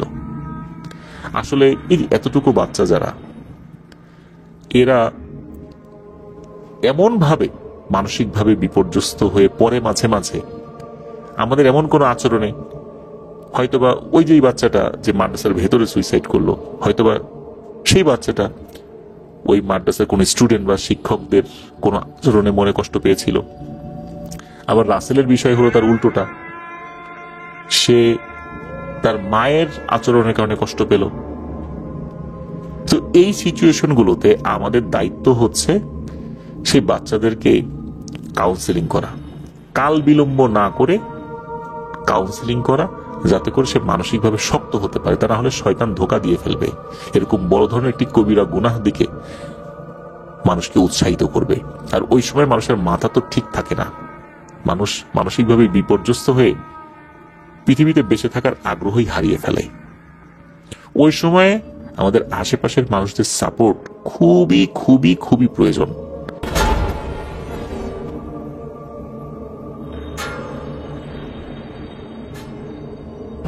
প্রিয় লিসেনার্স, এবারের ঘটনাটি আমাদেরকে পাঠিয়েছেন একজন রেমিটেন্স যোদ্ধা ভাই, ওনার নাম শরীফ আহমেদ। উনি 2023 সাল থেকে আমাদের ঘটনা রেগুলার শুনে আসছেন বলে জানিয়েছেন। ওনার বাড়ি ব্রাহ্মণবাড়িয়া জেলার নবীনগর উপজেলার বড়াইল গ্রামের পশ্চিম পাড়ায়। ছোটবেলা থেকে উনি নারায়ণগঞ্জে বড় হয়েছেন, ইন্টারমিডিয়েট শেষ করেছেন 2022 সালে। এরপর উনি 2023 সালের 16ই আগস্ট দুবাই যান। দুবাই যাওয়ার পেছনে উদ্দেশ্য ছিল যে উনি দুবাই থেকে গেম দিয়ে ইউরোপে যাবেন, তবে সেটাতে উনি ব্যর্থ হয়ে আবার বাংলাদেশে ফেরত আসেন। এরপর 2024 সালের 14ই আগস্ট উনি সৌদি আরবে আসেন। বর্তমানে উনি সৌদি আরবের জাজান অঞ্চলের সানায়া এলাকার আল উসাইমি স্টিল কোম্পানিতে কর্মরত রয়েছেন। আলহামদুলিল্লাহ এখন ভালো আছেন বলে জানিয়েছেন। চলুন ঘটনায় চলে যাই। ঘটনা যখন ঘটেছিল সালটা উনি ঠিকঠাক মতো মনে করতে পারেন নাই, তবে ওনার ধারণা 2015 কি 16 সালের দিকে ঘটনাটি ঘটেছিল। ওনাদের গ্রামের যেই এলাকা সেখানেই ঘটনাটি ঘটেছিল আর কি। আর এই ঘটনাটি ওই এলাকার অনেকেই জানেন। ওনাদের বাড়ির পাশে যেই বাড়ি রয়েছে সেই বাড়ির মালিকের নাম হচ্ছে আনিস মিয়া। ঘটনাটি প্রথম ঘটেছিল আনিস মিয়ার মায়ের সাথে। ঘটনাটি ছিল এক বর্ষার রাত্রে, প্রচন্ড ঝড় বৃষ্টি হচ্ছে ওই রাত্রে। তো ঝড় বৃষ্টির রাতে কিন্তু গাছ থেকে আম পড়ে। তো ঝড় বৃষ্টি হচ্ছে, তো হতে হতে ঝড় বৃষ্টি যখন একটু কমে এসেছে, উনি চিন্তা করলেন আমটাম নিশ্চয়ই পড়েছে, যাই আমগুলো কুড়িয়ে নিয়ে আসি। ওনাদেরই বাগান, ওনাদেরই গাছ। তো উনি গিয়েছেন আম কুড়োতে। হঠাৎ করে উনি দেখতে পান একটা ছোট বাচ্চা ছেলেটাকে উনি চেনেন না, কোন বাড়ির বাচ্চা সেটাও উনি জানেন না। এই ছেলেটা গাছের নিচ থেকে আম কুড়োচ্ছে। এত রাত্রে একটা বাচ্চা আম কুড়োচ্ছে, তাও এই বাচ্চাটা কোন বাড়ির এটা উনি চেনেন না। উনি বৃদ্ধা মানুষ, এই সময় আম কুড়াতে আসেন, এসে যদি দেখেন অচেনা অজানা একটা বাচ্চা তার গাছের আম কুড়িয়ে নিয়ে যাচ্ছে, রাগ হওয়াটাই তো স্বাভাবিক। উনি কি করছেন, প্রথমেই ওই বাচ্চার কাছ থেকে সবগুলো আম কেড়ে নিয়েছেন, তারপর ওই বাচ্চাটাকে বকাঝকা করছেন। ওই বাচ্চাটাকে উনি ভাগিয়ে দিয়েছেন ওখান থেকে। বাচ্চাটাও চুপচাপ চলে যায়, সে কোনো উত্তর দেয় নাই, সে বলেও নাই তার নাম কি, তার বাড়ি কোথায়, কোন বাড়ির থেকে সে আসছে, কিচ্ছু বলেনি। বাচ্চাটাও অন্ধকারে মিলিয়ে যায়। উনিও ওই আমগুলো নিয়ে বাড়িতে ফেরত আসছেন। ওই রাত্রে তো অনেকেই ঘুমন্ত, উনি আমগুলো রেখে দিয়েছেন। সকালবেলা ওই আমগুলো উনি নিজেই খেয়েছেন। প্রথমে আম খাবার পর কোনো ধরনের কোনো অসুস্থতা ছাড়াই উনি ওই দিনই মারা যান। বিষয়টা আপাতত যদি আমরা ভাবি, আপাত দৃষ্টিতে চিন্তা করলে সেটা কিন্তু স্বাভাবিক মনে হতেও পারে। কেননা রাতের বেলা হয়তো অন্য কোনো বাড়ির বাচ্চা আসছে, আর একজন বৃদ্ধা মহিলা, উনি সব বাড়ির ছোট ছোট বাচ্চাদেরকে চিনবেন, এটাও তো আসলে মনে করাটা ঠিক হবে না। নাই চিনতে পারেন, হতে পারে এটা স্বাভাবিক কোনো বাচ্চাই ছিল। তবে ওই বাচ্চার কাছ থেকে আম কুড়িয়েছেন উনি, কিন্তু একটা আমও নিজে কুড়ান নাই, কারণ সবগুলো আম ওই বাচ্চা কুড়িয়ে ফেলেছিল। তার কাছ থেকে আমগুলো উনি কেড়ে নিয়েছেন। সেই আম সকালবেলা খাবার পর উনি মারা গিয়েছেন। তাহলে কি কারণ হতে পারে? আপাত দৃষ্টিতে মনে হতেই পারে যে এটা প্যারানরমাল কিছু, আবার কেউ বলেন না এটা স্বাভাবিক কিছু। তবে ওই রাত্রে ওইখানে কোন বাড়ির বাচ্চা এসেছিল সেটার পরবর্তীতে জানা যায় নাই। এই ঘটনার অল্প কিছুদিন পর আনিস মিয়ার ছেলের ছোট মেয়ে, অর্থাৎ ওনার নাতনি, আনিস মিয়ার নাতনি, যার নাম ছিল শম্পা, তার বয়স ছিল ওই সময় 4 কি 5 বছর, হঠাৎ দিনের বেলা নিখোঁজ হয়ে যায়। অনেক খোঁজাখুঁজি হয়, মাইকিং হয়, কিন্তু কোথাও খুঁজে পাওয়া যায় না। পুরো পরিবার কান্নায় ভেঙে পড়ে। কেটে যায় 1 দিন 2 দিন, সন্ধান তো নাই। আশেপাশে যে জলাশয়গুলো আছে সেখানেও খোঁজা হয়, পাওয়া যায় না। 1-2 দিন পর লাশ তো ভেসে ওঠার কথা, সেটাও পাওয়া যায় না। তখন তারা বুঝতে পারেন যে এভাবে হবে না, কবিরাজের কাছে যেতে হবে। তো একজন কবিরাজের কাছে যান। কবিরাজের কাছে গিয়ে যখন ওনারা এই বিষয়টা খুলে বলেন, তখন কবিরাজ কিছু সময় নিয়ে এমন কিছু তথ্য দেন যা ছিল খুবই হৃদয় বিদারক এবং ভয়ঙ্কর বটে।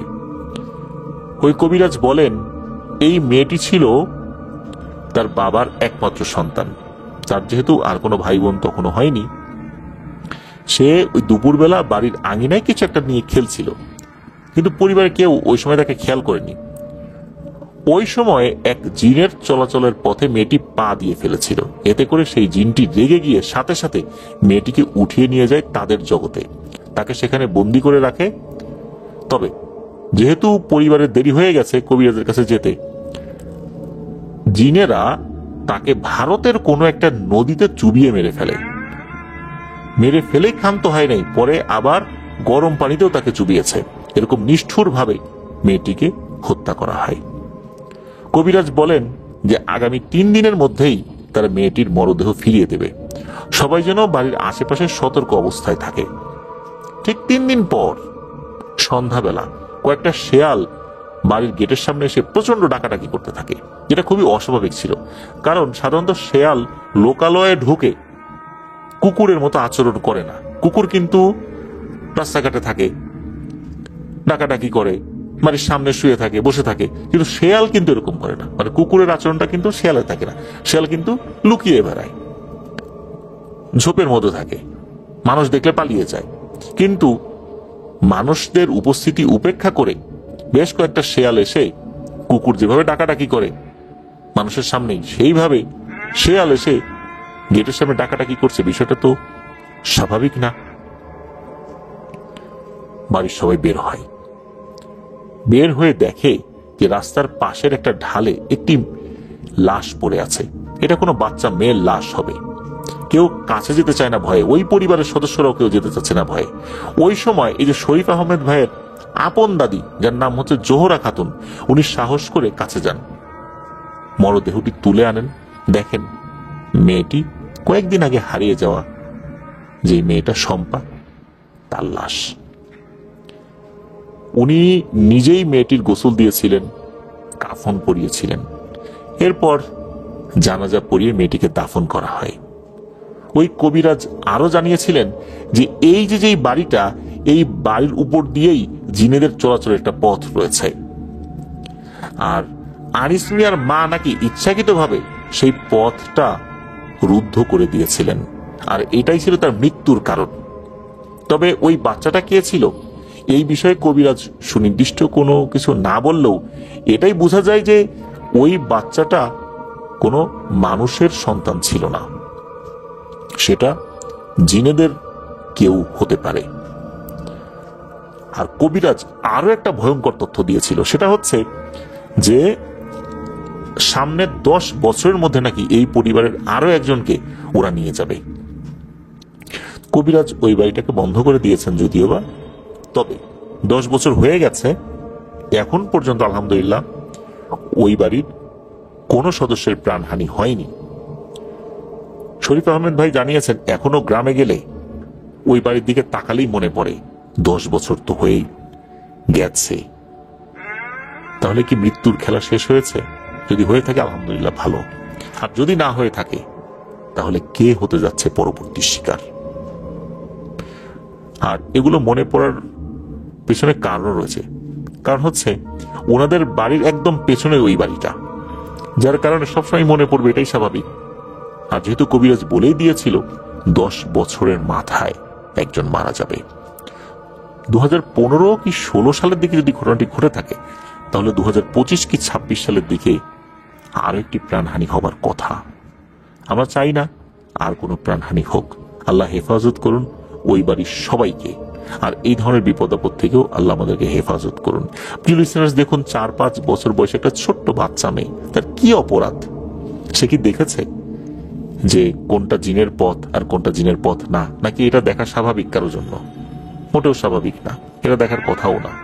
তবুও শুধু জিনেদের চলাচলের পথে বাড়ি করবার কারণে এই ধরনের মৃত্যুর মুখে তাকে পতিত হতে হয়েছে। এরকম বেশ কিছু ঘটনা শোনা গিয়েছে। আমার খুবই পরিচিত একজন ব্যক্তি, যিনি একজন রাইটার, ওনার বাড়ি রাজবাড়ির পাচুরিয়াতে। তো ওনারও একটা বাড়ি করেছিলেন। দিন দুপুরে সেখানে বিশাল আকৃতির, মানে ভয়ঙ্কর আকৃতির গরু দেখা যেত, যে গরু প্রচন্ড আক্রোশ নিয়ে ডাকাডাকি করত। মাঝে মাঝে এমন আচরণ করতো যে ঘর বাড়ি ভেঙে ফেলবে, কিন্তু বাস্তবে দেখা যেত যে না, ঘর বাড়ি ভাঙে নেই।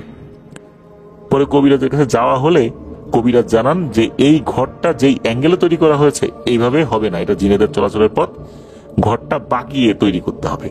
অর্থাৎ ঘরটা যেভাবে আছে ওই ঘরটা সোজা করে দিতে হবে, যদি আড়াআড়ি থাকে সোজা করে দিতে হবে, তাহলে আর কোনো সমস্যা হবে না। ওনারা সেটাই করেছিলেন, আল্লাহর রহমতে তারপর থেকে আর কোনো সমস্যা হয়নি। তো এরকম জিনেদের চলাচলের পথ যদি কেউ বন্ধ করে দেয় তাহলে এই ধরনের সমস্যা হয়। আর ইতিপূর্বে আমরা বিভিন্ন ঘটনা তো আমরা শুনেছি। তো আমরা যখন কোনো লোকালয়ে ছাড়া নতুন কেনা জায়গা, যেটা ঝোপ জঙ্গল ছিল, সেই জায়গা পরিষ্কার করে করে সেখানে যদি কোনো ঘর বাড়ি তৈরি করার পরিকল্পনা করি বা ঘর বাড়ি তৈরি করিও, অবশ্যই ভালো একজন রাকির পরামর্শ সেখানে নিতে আমি অনুরোধ করব। তাহলে এই ধরনের বিপদ আপদ থেকে আমরা হেফাজতে থাকতে পারবো। প্রিয় লিসেনার্স, এবারের ঘটনাটি আমরা যার কাছ থেকে পেয়েছি তার নাম মুস্তাফিজ। পেশায় উনি একজন মেকানিক্যাল ইঞ্জিনিয়ার। উনি বর্তমানে কুমিল্লা শহরে থাকলেও ওনার দেশের বাড়ি কুষ্টিয়া জেলার সদর উপজেলার পৌরসভার 21 নং ওয়ার্ডে। ঘটনাটি ওনার আপন বড় ভাইয়ের সাথে ঘটেছিল, সময়কাল 1985। ওনার ভাইয়ের বয়স যখন 2 মাস তখন এই ঘটনাটি ঘটেছিল। ওনার বাবা একজন পুলিশ সদস্য আর ওনার পোস্টিং ছিল বগুড়ার আদমদিঘি থানায়। থানার কাছাকাছি একটা আধা পাকা বাড়িতে ভাড়া নিলেন ওনার বাবা। ওই বাড়ির যিনি মালিক একজন বৃদ্ধা ভদ্র মহিলা, তার বাড়িতে মোট 3টা ঘর ছিল।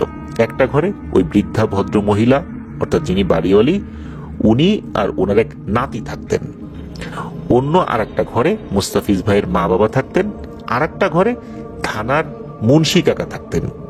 থানার মুন্সি কারা এই বিষয়ে কারো কারো ধারণা থাকলেও বোঝার সুবিধার্থে একটু বলে নেই। সেটা হচ্ছে থানায় লেখালেখির কাজ করার জন্য একজন ব্যক্তি থাকেন যাকে সাধারণত মুন্সি বলা হয়। অনেক সময় দেখা যায় যে পুলিশ সদস্য না এমন ব্যক্তিও মুন্সির দায়িত্ব পালন করেন, কেননা এই ধরনের কাজগুলোর ক্ষেত্রে দীর্ঘ সময় দিতে হয়। আর একজন পুলিশ সদস্য কিন্তু সার্বক্ষণিক থানায় বসে থাকতে পারেন না, সবসময় কিন্তু ছুটাছুটির মধ্যে থাকতে হয়। ডিউটি অফিসার যখন থাকেন তাকেও কিন্তু খুব ব্যস্ত থাকতে হয়, যে কোনো সময় ফোন আসতে পারে, যে কোনো সময় চলে যেতে হতে পারে। বিভিন্ন মানুষ যখন থানায় আসেন তখন তাদের বিভিন্ন অ্যাপ্লিকেশন লেখা থেকে শুরু করে নিয়ে অনেক জটিলতা দেখা দেয়।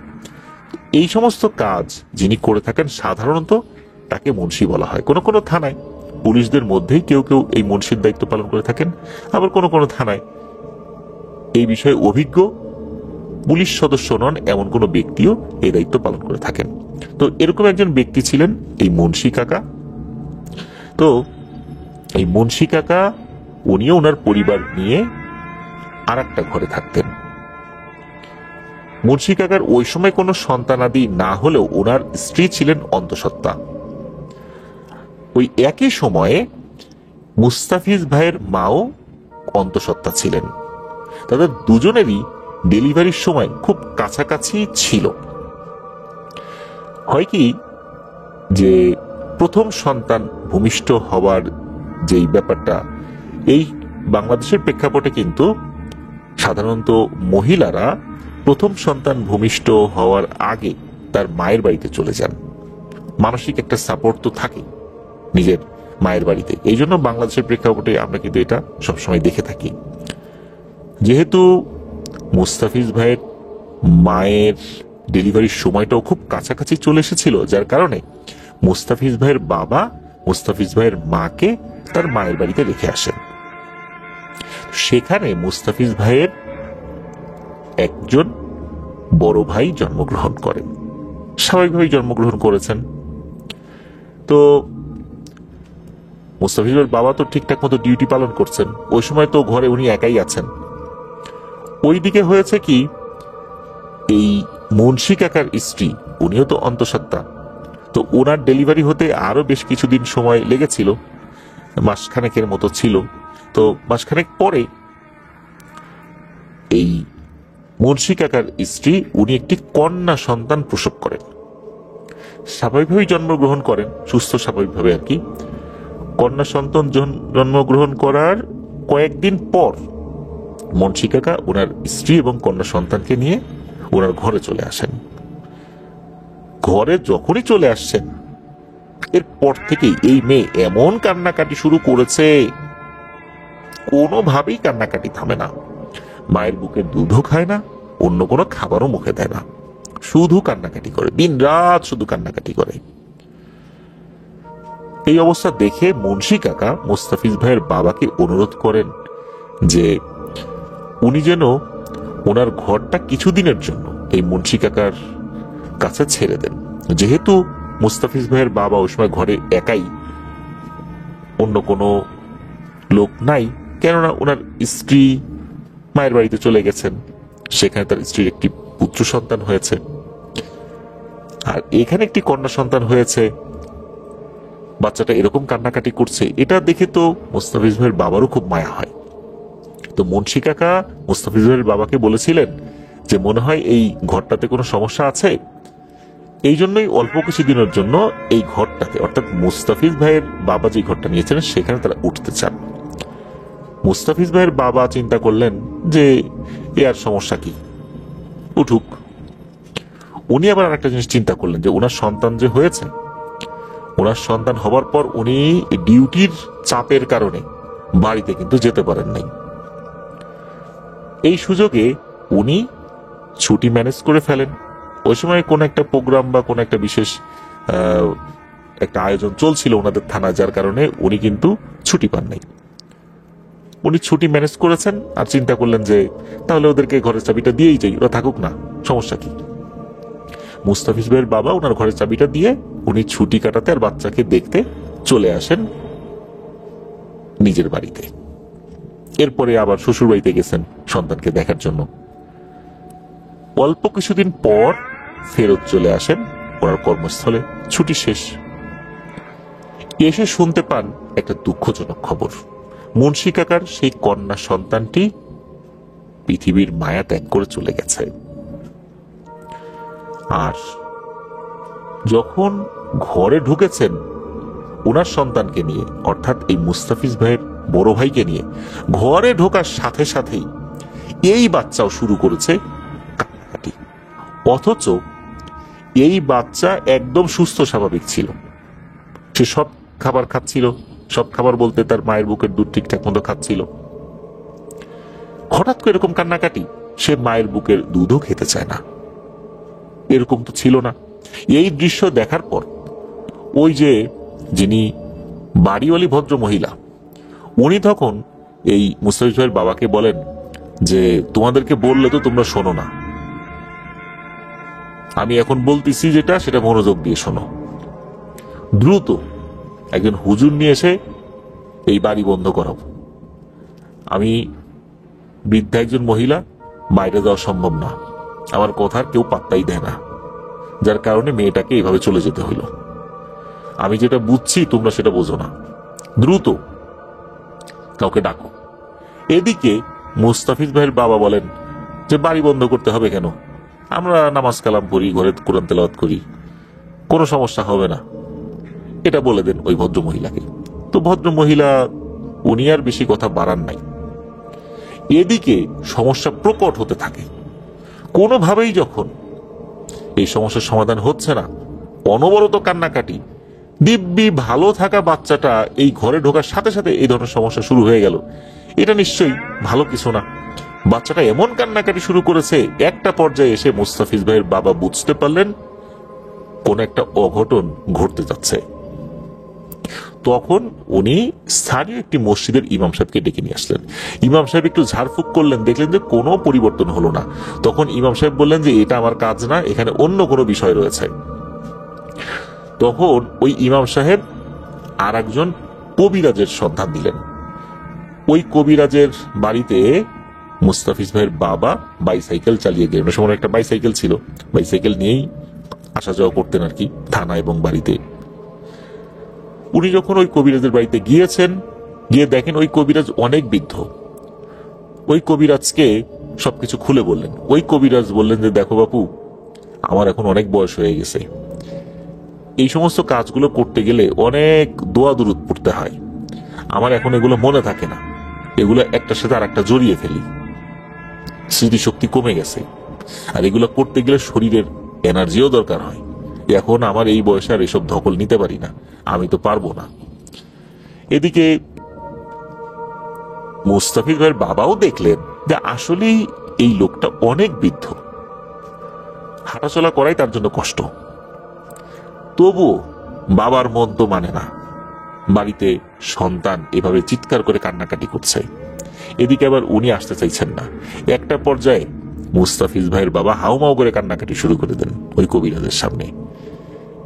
তখন কবিরাজের যেই পরিবারের সদস্যরা ছিলেন তারা বললেন, ঠিক আছে তুমি যাও, আল্লাহ ভরসা, যাও, মানুষের উপকার করো, আল্লাহ হেফাজত করবেন, যতটুকু পারো করার চেষ্টা করো তোমার সাধ্যের ভিতরে থেকে। এরপর কবিরাজ বললেন ঠিক আছে যাই। কবিরাজ কিছু উপকরণ নিয়ে মুস্তাফিজ ভাইয়ের বাবার সাথে রওনা দিলেন। সাইকেলের পেছনে বসিয়ে মুস্তাফিজ ভাইয়ের বাবা ওই কবিরাজকে ওই বাড়িতে নিয়ে আসেন। ওই বাড়িতে নিয়ে আসার পর কবিরাজ মুস্তাফিজ ভাইয়ের বড় ভাইকে দেখেই বললেন, বুঝতে পারছি ঘটনাটা কি হয়েছে, কিন্তু অনেক দেরি হয়ে গেছে বলে মনে হচ্ছে, তারপরও আল্লাহ ভরসা, আমি চেষ্টা করছি।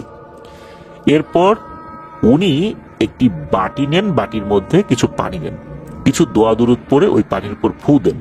ফু দেওয়ার পর ওই বাটিটা মুস্তাফিজ ভাইয়ের মায়ের সামনে নিয়ে বলেন, দেখো তো মা, পানির মধ্যে তুমি কিছু দেখতে পাচ্ছ কিনা? ওর মা বলে, না তো, আমি কিছু দেখতে পাচ্ছি না। কথাটা শোনার পর ওই কবিরাজ কিছুটা চিন্তিত হলেন। এরপর আবার বেশ কিছুক্ষণ দোয়া দুরুদ পরে ওই পানির উপর ফু দিলেন। এবারে ওই বাটিটা মুস্তাফিজ ভাইয়ের মায়ের সামনে ধরে বললেন, দেখো তো মা, তুমি এবার কিছু দেখতে পাচ্ছ কিনা? এবার ওই পানির দিকে তাকানোর সাথে সাথে মুস্তাফিজ ভাইয়ের মা আটকে উঠলেন। উনি বলেন, হ্যাঁ হ্যাঁ হ্যাঁ, আমি দেখতে পাচ্ছি। শেয়ালের মতো মুখ একটা প্রাণী, কিন্তু শরীরটা বাঘের মতো আমার দিকে তাকিয়ে আছে। এরপর বাটিটা ওনার সামনের থেকে সরিয়ে আবার কিছু দোয়া দুরুদ পরে ফু দিলেন। এবার বাটিটা ওনার সামনে ধরে বললেন, অর্থাৎ মুস্তাফিজ ভাইয়ের মায়ের সামনে ধরে বললেন, দেখো তো মা, এখন তুমি কিছু দেখতে পাচ্ছ কিনা? তখন মুস্তাফিজ ভাইয়ের মা বলছেন, একটা সাদা শাড়ি পরা মহিলা আমার বাচ্চাকে কোলে করে কোথায় যেন নিয়ে যাচ্ছে। এরপর বাটিটা ওনার সামনে থেকে সরিয়ে ওই কবিরাজ বলেন, আলহামদুলিল্লাহ, সমস্যা কেটে গেছে। এই যে এই পানিটা এখন হালকা গরম পানির সাথে মিশিয়ে তোমার বাচ্চাকে এখনই গোসল করিয়ে দাও।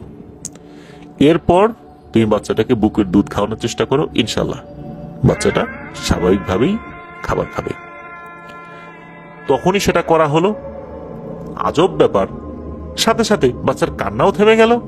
বাচ্চা খুব ক্ষুধার্ত ছিল, মায়ের বুকের দুধ খাওয়া শুরু করলো, একদম স্বাভাবিক হয়ে গেল। কিন্তু ঘটনা কি এখানেই শেষ? না, এখানেই শেষ না। অন্য আর একটা ভয়ঙ্কর ঘটনা শুরু হয়ে গেল। আর এই ঘটনা ঘটা শুরু হলো এই মুন্সি কাকার স্ত্রীর সাথে। সন্তান হারিয়ে উনি মানসিকভাবে বিপর্যস্ত ছিলেন, কিন্তু উনি কিন্তু মানসিকভাবে বিপর্যস্ত হলেও পাগল হয়ে যান নাই। মানসিক স্থিরতা কিন্তু তার মধ্যে ছিল। ওনার ভিতরে মানসিক অস্থিরতা সৃষ্টি হয়ে গেল। এবার পাগলামি ভাব শুরু হয়ে গেল। কয়েকদিনের মধ্যে এমন আচরণ শুরু করলেন যে এটাকে পাগল ছাড়া আর কিছু বলা যায় না। উনি দৌড়ে ঘর থেকে বেরিয়ে ওনাদের বাসা থেকে কিছুটা দূরে একটা বট গাছ ছিল, ওই বট গাছের নিচে একটা কালী মন্দির ছিল। ওই মন্দিরের সামনে গিয়ে বসে পড়তেন আর জিহবাটা অনেকখানি বের করে বিশেষ একটা অঙ্গভঙ্গি করতেন, যেটা দেখলে যে কেউ ভয় পেত। আর উনি ওনার শরীরে কাপড়ই রাখতে চাইতেন না, এমন একটা অবস্থা। শেষ পর্যন্ত ওনাকে ঘরের মধ্যে বেঁধে রাখতে হয়েছিল। মুন্সি কাকা তো এই বিষয়টা নিয়ে খুব পেরেশানিতে পড়ে গেলেন, কেন এমনটা হলো, বাচ্চাটা মারা গেল এভাবে, আবার ওনার স্ত্রীর এই অবস্থা। তখন এই মুস্তাফিজ ভাইয়ের বাবা পরামর্শ দিলেন, তুমি দ্রুত ওই কবিরাজের কাছে যাও। কবিরাজের কাছে যাবার পর তুমি দেখো যে তাকে রাজি করিয়ে চিকিৎসা করাতে পারো কিনা তোমার স্ত্রীর। তখন মুন্সি কাকা ওই কবিরাজের কাছে গেলেন। কবিরাজ সবকিছু শোনার পরে বললেন যে এই ছেলে বাচ্চা যেটা, এই ছেলে বাচ্চাটার উপর প্রভাব বিস্তারটা খুব বেশি দূর করতে পারেনি বলেই আল্লাহর রহমতে উনি এই সমস্যার সমাধান করতে পেরেছিলেন। কিন্তু এই মুন্সি কাকার স্ত্রীর উপর যে ভয়ঙ্কর প্রভাব বিস্তার করেছে, এই জিনিসটা ছাড়ানোর জন্য যে ধরনের শারীরিক সক্ষমতা প্রয়োজন, এই মুহূর্তে ওনার সেটা নেই। তবে উনি নওগাঁর একজন হিন্দু কবিরাজের সন্ধান দিয়েছিলেন। মুন্সি কাকাকে বলেছিলেন যে তুমি ওইখানে যাও, আমার কথা বলো, বলে যে আমি পাঠাইছি। মুন্সি কাকা নওগাঁর সেই হিন্দু কবিরাজের কাছে যান। হিন্দু কবিরাজ সবকিছু শোনেন। কিছুটা সময় নিয়ে উনি বললেন যে অনেক দেরি হয়ে গেছে, তোমার স্ত্রীর উপরে ভয়ঙ্কর এক পিশাচিনী ভর করেছে, আর এই পিশাচিনী ওই কালী মন্দিরের পাশে থাকা বট গাছে থাকে। ওই কবিরাজ আরো এমন কিছু তথ্য দিলেন যা রীতিমতো শিউরে ওঠার মতো। তথ্যগুলো এরকম যে এই যে মুন্সি কাকা আর ওনার স্ত্রী, ওনারা বেশ অপরিচ্ছন্ন থাকতেন, ঘর বাড়িও নোংরা করে রাখতেন। তো ওনার স্ত্রী যখন কন্যা সন্তান জন্মদান করেন, কন্যা সন্তানকে নিয়ে যখন হসপিটাল থেকে বের হয়েছেন, তখন ওনারা যখন ওই যে বটগাছ, ওই বটগাছের নিচ দিয়ে আসছিলেন, তখন ওই পিশাচিনীটা বটগাছের একটা ডালে বসে তন্ত্র সাধনা করছিল। যেহেতু ওই সময় ওই বাচ্চাটাও নোংরা অবস্থায় ছিল, ওনার স্ত্রীও নোংরা অবস্থায় ছিলেন, যার কারণে নাকি এর একটা প্রভাব ওই পিশাচিনীর উপরে পড়েছে, তার তন্ত্র সাধনা ভঙ্গ হয়ে যায়। আর এই কারণে সে খুব ক্ষিপ্ত হয়, খুব সহজেই এই দুইজনের উপর প্রভাব বিস্তার করে। তবে মূলত তার টার্গেট ছিল এই বাচ্চাটার উপরে। এই বাচ্চাটার উপর সে যখন প্রভাব বিস্তার করে আর এই বাচ্চাটাকে সে মেরেও ফেলে, যার কারণে এই তন্ত্র সাধনা ভঙ্গ হওয়ার কারণে তার যে ক্ষতিটা হয়েছিল এই ক্ষতিটা সে কিছুটা পুষিয়ে নেয়, কিন্তু পুরোপুরি না। সে যখন ওই বাচ্চাটাকে হত্যা করলো, সে ওত পেতে থাকলো যে কিভাবে অন্য ভাবে তার ক্ষতিটা পুষিয়ে নেওয়া যায়। আর এই ক্ষতিটা পুষিয়ে নেওয়ার জন্য আর একটা বাচ্চার প্রাণহানি হওয়া আবশ্যক ছিল। এর মধ্যে কি হয়েছে, এই যে মুস্তাফিজ ভাইয়ের বাবা এবং মা, ওনারা তো চলে আসছেন মুস্তাফিজ ভাইয়ের বড় ভাইকে নিয়ে। মুস্তাফিজ ভাইদের যে ঘরটা ছিল ওই সময়, ওই ঘরটাতে তো ওই মুন্সি কাকা ওনার পরিবার নিয়ে কয়েকদিন ছিলেন। ওনারা যখন ওই ঘরটা ছেড়ে গেছেন, যেহেতু ওনার মেয়ে মারা গেছে, তো ওই ঘরটা যে ওনারা পরিষ্কার পরিচ্ছন্ন করবেন এমন মানসিক অবস্থাও তো ওনাদের ছিল না। ওই ঘরটাতে ঢোকার সাথে সাথেই ওই যে দুষ্টু পিশাচিনীটা, সে তখন এই মুস্তাফিজ ভাইয়ের ভাইয়ের উপর প্রভাব বিস্তার করার সুযোগ পেয়ে যায়। আর এই কারণেই মুস্তাফিজ ভাইয়ের ভাই এই সমস্যার মধ্যে পড়ে গিয়েছিল। তো কবিরাজ এসে তো এই সমস্যার সমাধান আল্লাহর রহমতে করতে পারলেও, যেহেতু ওই পিশাচিনীর টার্গেটটা ফিল আপ হলো না, সে এই বাচ্চাটার কোনো ক্ষতি করতে পারলো না, এই রাগটা গিয়ে পড়ে হচ্ছে এই মুন্সি কাকার স্ত্রীর উপরে। সে তখন তাকে মেরে ফেলার জন্য চেষ্টা করতে থাকে। ওই হিন্দু তান্ত্রিক এটাও বললেন যে অনেকটা ক্ষতি সে ইতিমধ্যে করে ফেলেছে, তবুও উনি চেষ্টা করবেন তুলা রাশির একজন লোককে ডেকে তার উপর ওই জিনটাকে হাজির করানোর। উনি চেষ্টা করেন, সফলও হন, ওই জিনটাকে তুলা রাশির ওই ব্যক্তির উপরে হাজির করান। হাজির করার পর ওই জিনটাকে বলেন যে এটা সমাধান কি। জিনটা তেমন কোনো প্রশ্নের উত্তর না দিয়েই নাকি সরাসরি সে চলে যায়। তো ওই হিন্দুতান্ত্রিক বললেন যে এত কঠোর বন্ধনী দেওয়ার পর এই জিনটা এখান থেকে বের হয়ে গেল, তার মানে এটা সাধারণ কোনো শক্তিশালী জিন না, এটা খুবই শক্তিশালী কোনো পিশাচিনী জিন। তো এটা যখন হলো, মুন্সি কাকা মন খারাপ করে ফেললেন। তবে ওই হিন্দুতান্ত্রিক বললেন যে আপনি বাড়িতে চলে যান, আমি কোনো সমাধান যদি বের করতে পারি আপনাকে জানাবো। মুন্সি কাকা মন খারাপ করে বাড়িতে চলে আসেন। কয়েকদিনের মাথায় লোক মারফত খবর পাঠান, তখন তো মোবাইল ফোন এরকম ছিল না, আর থানাতে ল্যান্ড ফোন ছিল। ওই ল্যান্ড ফোনের নাম্বারটা ওনাকে দিয়ে আসা হয়েছিল, ওই ল্যান্ড ফোনে ফোন করেছিলেন। ফোন করে ওই মুন্সি কাকাকে ওখানে যেতে বলেছিলেন। তো মুন্সি কাকা উনি ছুটি নিয়ে যান। সেখানে যাওয়ার পর ওই হিন্দুতান্ত্রিক জানান যে উনি ওই পিশাচিনীটার সাথে যোগাযোগ করতে সক্ষম হয়েছিলেন আর একটা সমাধান বের করেছেন। তবে এই সমাধানটা উনি নিজে করতে পারবেন না, এটা করতে হবে মুন্সি কাকাকে। সেটা কি? সেটা হচ্ছে একটা পাঠা বলি দিতে হবে। আর এই বলি দেওয়ার প্রক্রিয়াটা এমন একটা পদ্ধতি, প্রিয় লিসেনার্স, সঙ্গত কারণে আমি বিষয়গুলো বলছি না, কারণ এটা খুবই স্পর্শকাতর একটা জিনিস। এটা এমন স্পর্শকাতর যে একজন মুসলিম হিসাবে সেটা করা মোটেও সম্ভব নয়। হ্যাঁ, উনি অপরিচ্ছন্ন থাকেন, সেটা অন্য একটা হিসাব, কিন্তু এই কাজটি উনি করতে পারবেন না। উনি ওই তান্ত্রিককে জানিয়ে দেন যে না, এটা করা সম্ভব না, এটা আমার দ্বারা কোনোভাবেই হবে না। প্রয়োজনে আমি আমার স্ত্রীকে কুরবানি করতে রাজি আছি, নিজের জীবনকেও কুরবানি করতে রাজি আছি, তবু আমি এই কাজটি করব না। হিন্দুতান্ত্রিক বললেন এটাই সমাধান ছিল, যেহেতু আপনি করতে চাচ্ছেন না, এই বিষয়ে তো আমি আর কিছু বলতে পারবো না, তাহলে আপনি অন্য কাউকে দিয়েই সমস্যার সমাধান করানোর চেষ্টা করতে পারেন। তো মুন্সি কাকা ওখান থেকে চলে আসেন। উনি এই বিষয়ে কারোর সাথে পরামর্শ করেনও নাই। এই ঘটনার কয়েকদিনের মাথায় মুন্সি কাকার স্ত্রী অসুস্থ হয়ে মারা যান। আর মারা যাওয়ার পূর্বেও কিন্তু ওনার ভিতর পাগলামি ভাবটা ছিলই। এর মধ্যে উনি আবার অসুস্থ হয়ে গিয়েছিলেন। আর আল্লাহর রহমতে ওই যে বৃদ্ধ কবিরাজ উনি সহজেই সমস্যাটা সমাধান করতে পেরেছিলেন, কারণ এই মুস্তাফিজ ভাইয়ের বাবা মা দুজনই নামাজ কালাম পড়েন, কোরআন তেলাওয়াত করেন। এই কারণে ওই দুষ্টু পিশাচিটা জাদু মন্ত্র করে খুব বেশি ক্ষতি করতে পারে নাই, মোটামুটি সহজ পদ্ধতিতেই মুস্তাফিজ ভাইয়ের বড় ভাইকে ছেড়ে চলে যেতে বাধ্য হয়েছিল। তো এটি ছিল ঘটনা।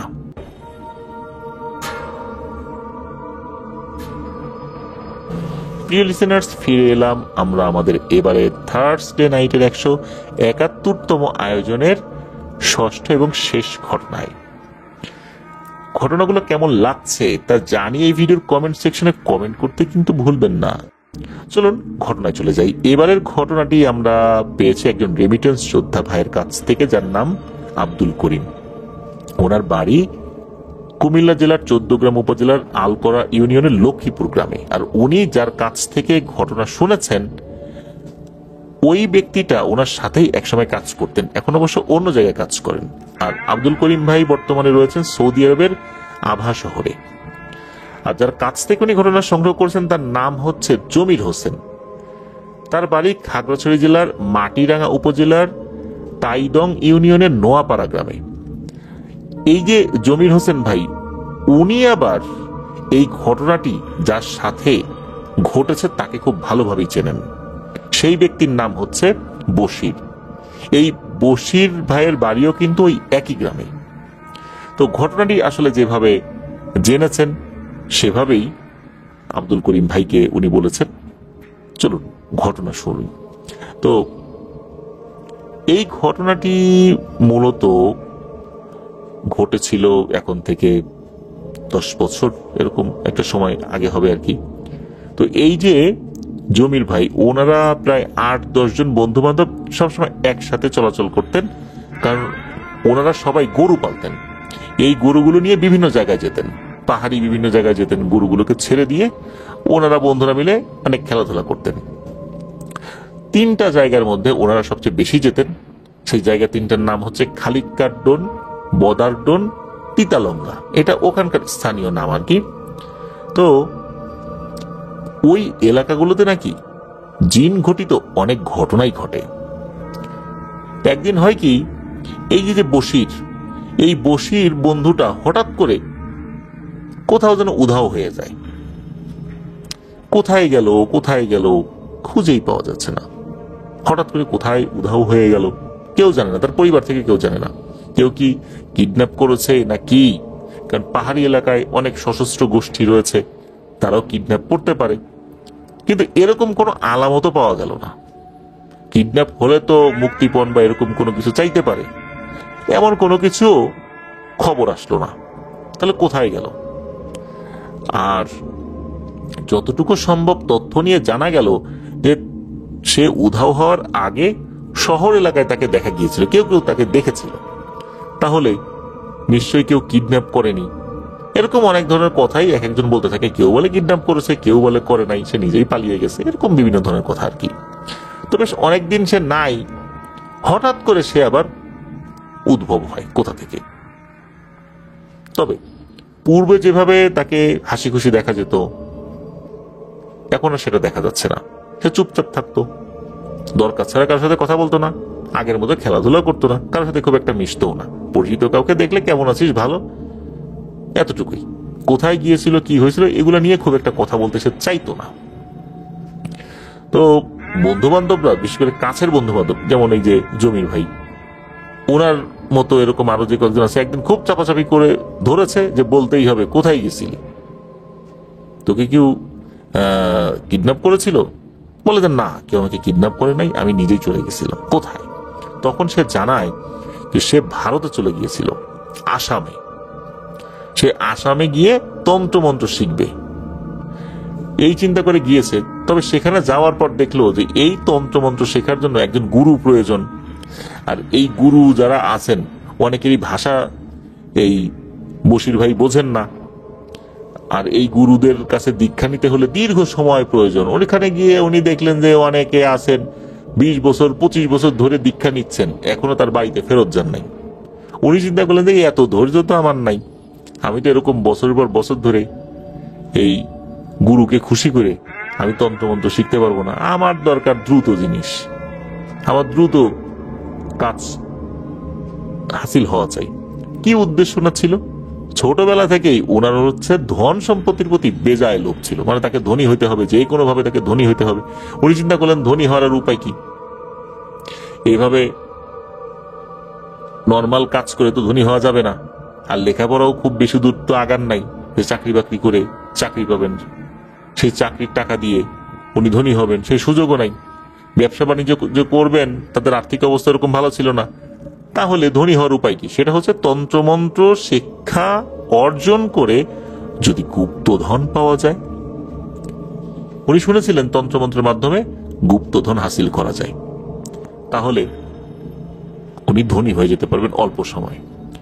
আসামে গিয়ে বেশ কিছুদিন ঘোরাফেরা করে যখন দেখলেন যে এই অবস্থা, তখন চিন্তা করেন ধুর, গুরুর কাছে কোনো দীক্ষাই নিব না, এর থেকে ভালো ঘোরাঘুরি করে জাদুর একটা বই কিনে নিয়ে যাই, সেই বই অনুযায়ী গুপ্তধন পাওয়ার চেষ্টা করব। সে একটা কি করছে, বই কিনে নিয়ে আসছে। মানুষ আসামে গিয়ে গুরু ধরে তন্ত্রমন্ত্র শেখে, সে ওই উদ্দেশ্যে গেল, যখন দেখলো বাস্তবতা ভিন্ন, তখন সে একটা বই কিনে নিয়ে আসছে। এই বই কিনে নিয়ে আসার পর থেকে সে বিভিন্নভাবে চর্চা করার চেষ্টা করে যে কোনটা করলে ভালো হয়, কোনটা করলে ভালো হয়। সে নাকি মাঝে মাঝেই একটা মুসলিম কবরস্থানে গিয়ে একটা ভাঙা কবরের ভিতরে বসে বসে সে বই পড়তে থাকে। এটা পড়তে পড়তে নাকি কিছু হাসিল হলেও হইতে পারে।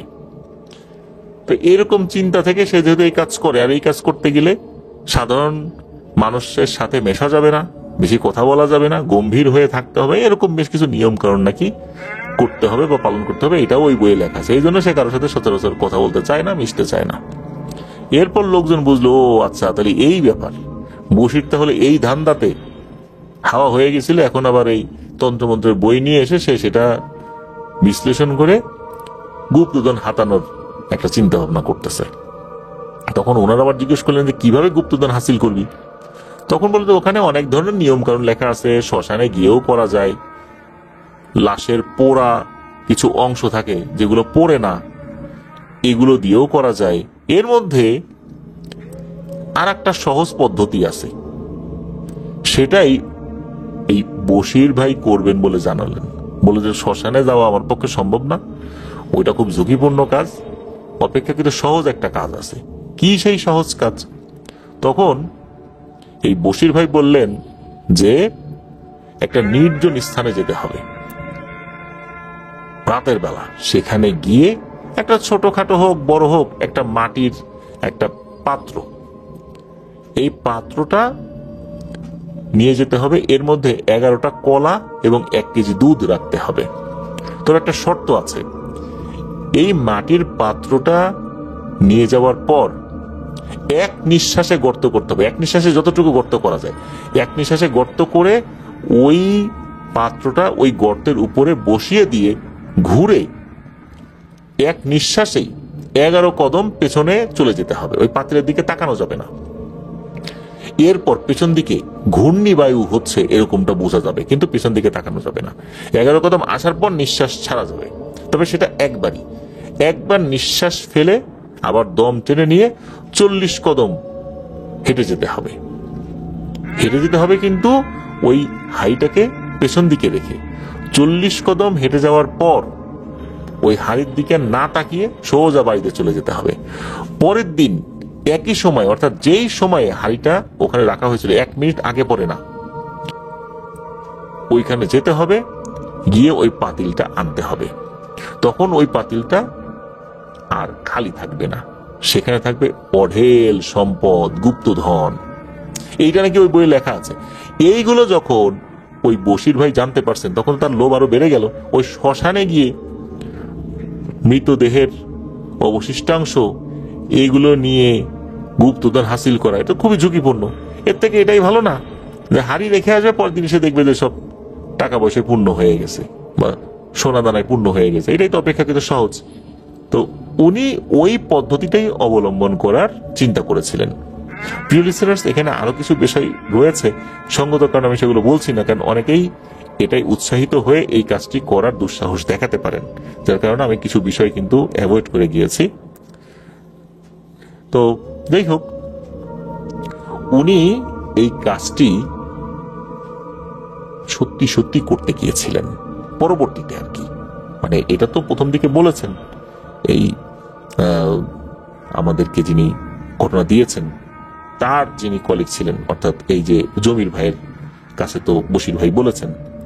পরবর্তীতে এই যে যেই বশির ভাই উনি সত্যি সত্যি এই কাজটি করতে গিয়েছিলেন, তবে এই কাজটি করতে গিয়ে পড়েছিলেন ভয়ঙ্কর এক বিপদে। সেটি কেমন? সেটি হচ্ছে উনি ঠিক এক রাতের বেলা এরকম মাটির একটা হাঁড়িতে 11টা কলা, 1 কেজি দুধ এগুলো নিয়ে বেরিয়েছেন। বেরোনোর পর উনি একটি নির্জন স্থানে গিয়েছেন, হাতে একটা কোদাল নিয়ে গেছেন, একটু দমটা বেশি করে নিয়ে হাঁড়িটা এক পাশে রেখে মাটির উপরে কয়েকটা কোপ দিয়েছেন কোদাল দিয়ে। ওই কয়েকটা কোপে যতটুকু মাটি সরে আর কি, সামান্য একটু গর্ত হয়, যেহেতু নিঃশ্বাস ছাড়া যাবে না।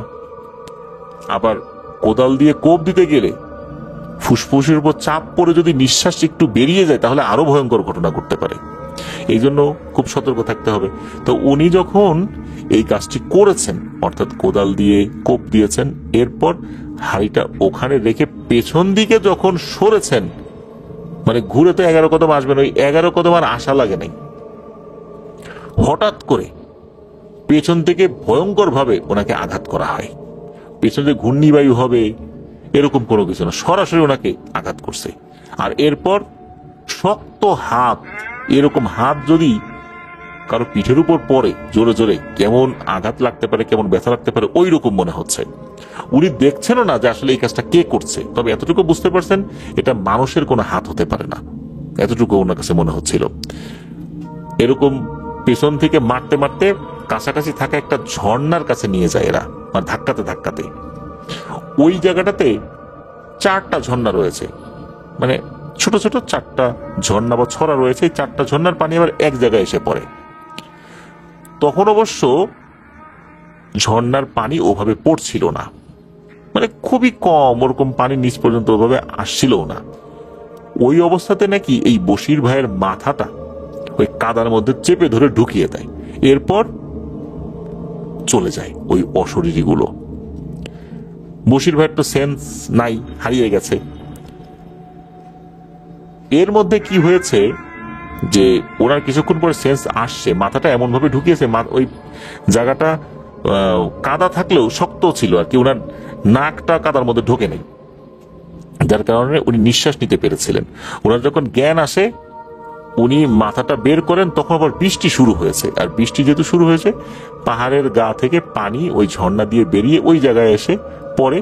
উনি মাথাটা বের করার পর খালি একটু পানির টাচ পেয়েছিলেন, পানি থেকে মাথাটা একটু দূরে সরিয়ে রেখেছেন, এরপর ওনার কিছু মনে নাই। 4 দিন পর নাকি লোকজন ওনাকে খুঁজে পায়। কিভাবে? ওই জায়গাতে তো লোকজন সচরাচর যায় না, কারো গরু হারিয়ে গিয়েছিল, ওখানে তো অনেকে গরু পালে পাহাড়ি এলাকায়, গরু হারিয়ে গেছে। গরু খুঁজতে খুঁজতে ওই ঝর্ণার দিকে গিয়েছে, কারণ গরু হয়তো পানি খেতে পারে, পিপাসা লাগতে পারে, ওই ঝর্ণার ওই দিকে যেতে পারে ওখানে পানি খাবার জন্য। এই জন্য ওই দিকে যাওয়ার পর ওখানে বশির ভাইকে অজ্ঞান অবস্থায় পায়। তাও সেটা এই ঘটনা 4 দিনের মাথায় নাকি। ওখান থেকে বশির ভাইকে উদ্ধার করে নিয়ে আসা হয়। এরপর ওনার শারীরিক অবস্থা আস্তে আস্তে খারাপ হতে থাকে। তখন কিন্তু ওনার সেন্স ছিল মোটামুটি। টুকিটাকি কবিরাজি যারা জানে তাদেরকে দেখানো হলেও তারা কিছু বলতে পারে নাই।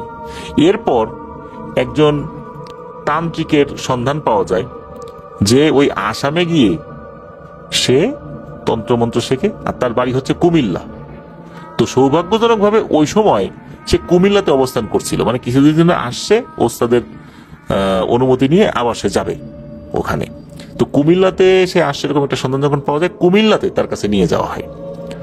তো কুমিল্লাতে যখন তার কাছে নিয়ে যাওয়া হয়, তখন এই বশির ভাইকে দেখেই নাকি ওই তান্ত্রিক অশুভ কিছু বুঝতে পেরেছিলেন। ওই সময় কিছু বলেন নাই। তান্ত্রিক একটি বৃত্ত এঁকে তার মধ্যে ওই বশির ভাইকে বসান এবং বিভিন্ন ধরনের মন্ত্র পড়ে 1 গ্লাস পানির সামনে রেখে এক হাতের মুঠোয় কিছু বালু নিয়ে মন্ত্র পড়ে ওই গ্লাসের উপর যখনই ছুঁড়ে মেরেছে, বিকট আওয়াজে ওই গ্লাসটা ভেঙে যায়। এটা দেখে তো সবার মনের মধ্যে ভয় চলে আসে, একটা ভয়ঙ্কর অবস্থা সৃষ্টি হয় ওখানে। সাথে সাথে তান্ত্রিক বলে ওঠে আপনারা চলে যান, এই লোককে আর ঠিক করার কোনো সুযোগ নাই, আর কোন তান্ত্রিক কবিরাজি একে ঠিক করতে পারবে বলে মনে হয় না। কি হয়েছে, কেন হয়েছে, এই বিষয়ে ওই তান্ত্রিক কোনো উত্তর দেয় নাই। ওখান থেকে আসার পর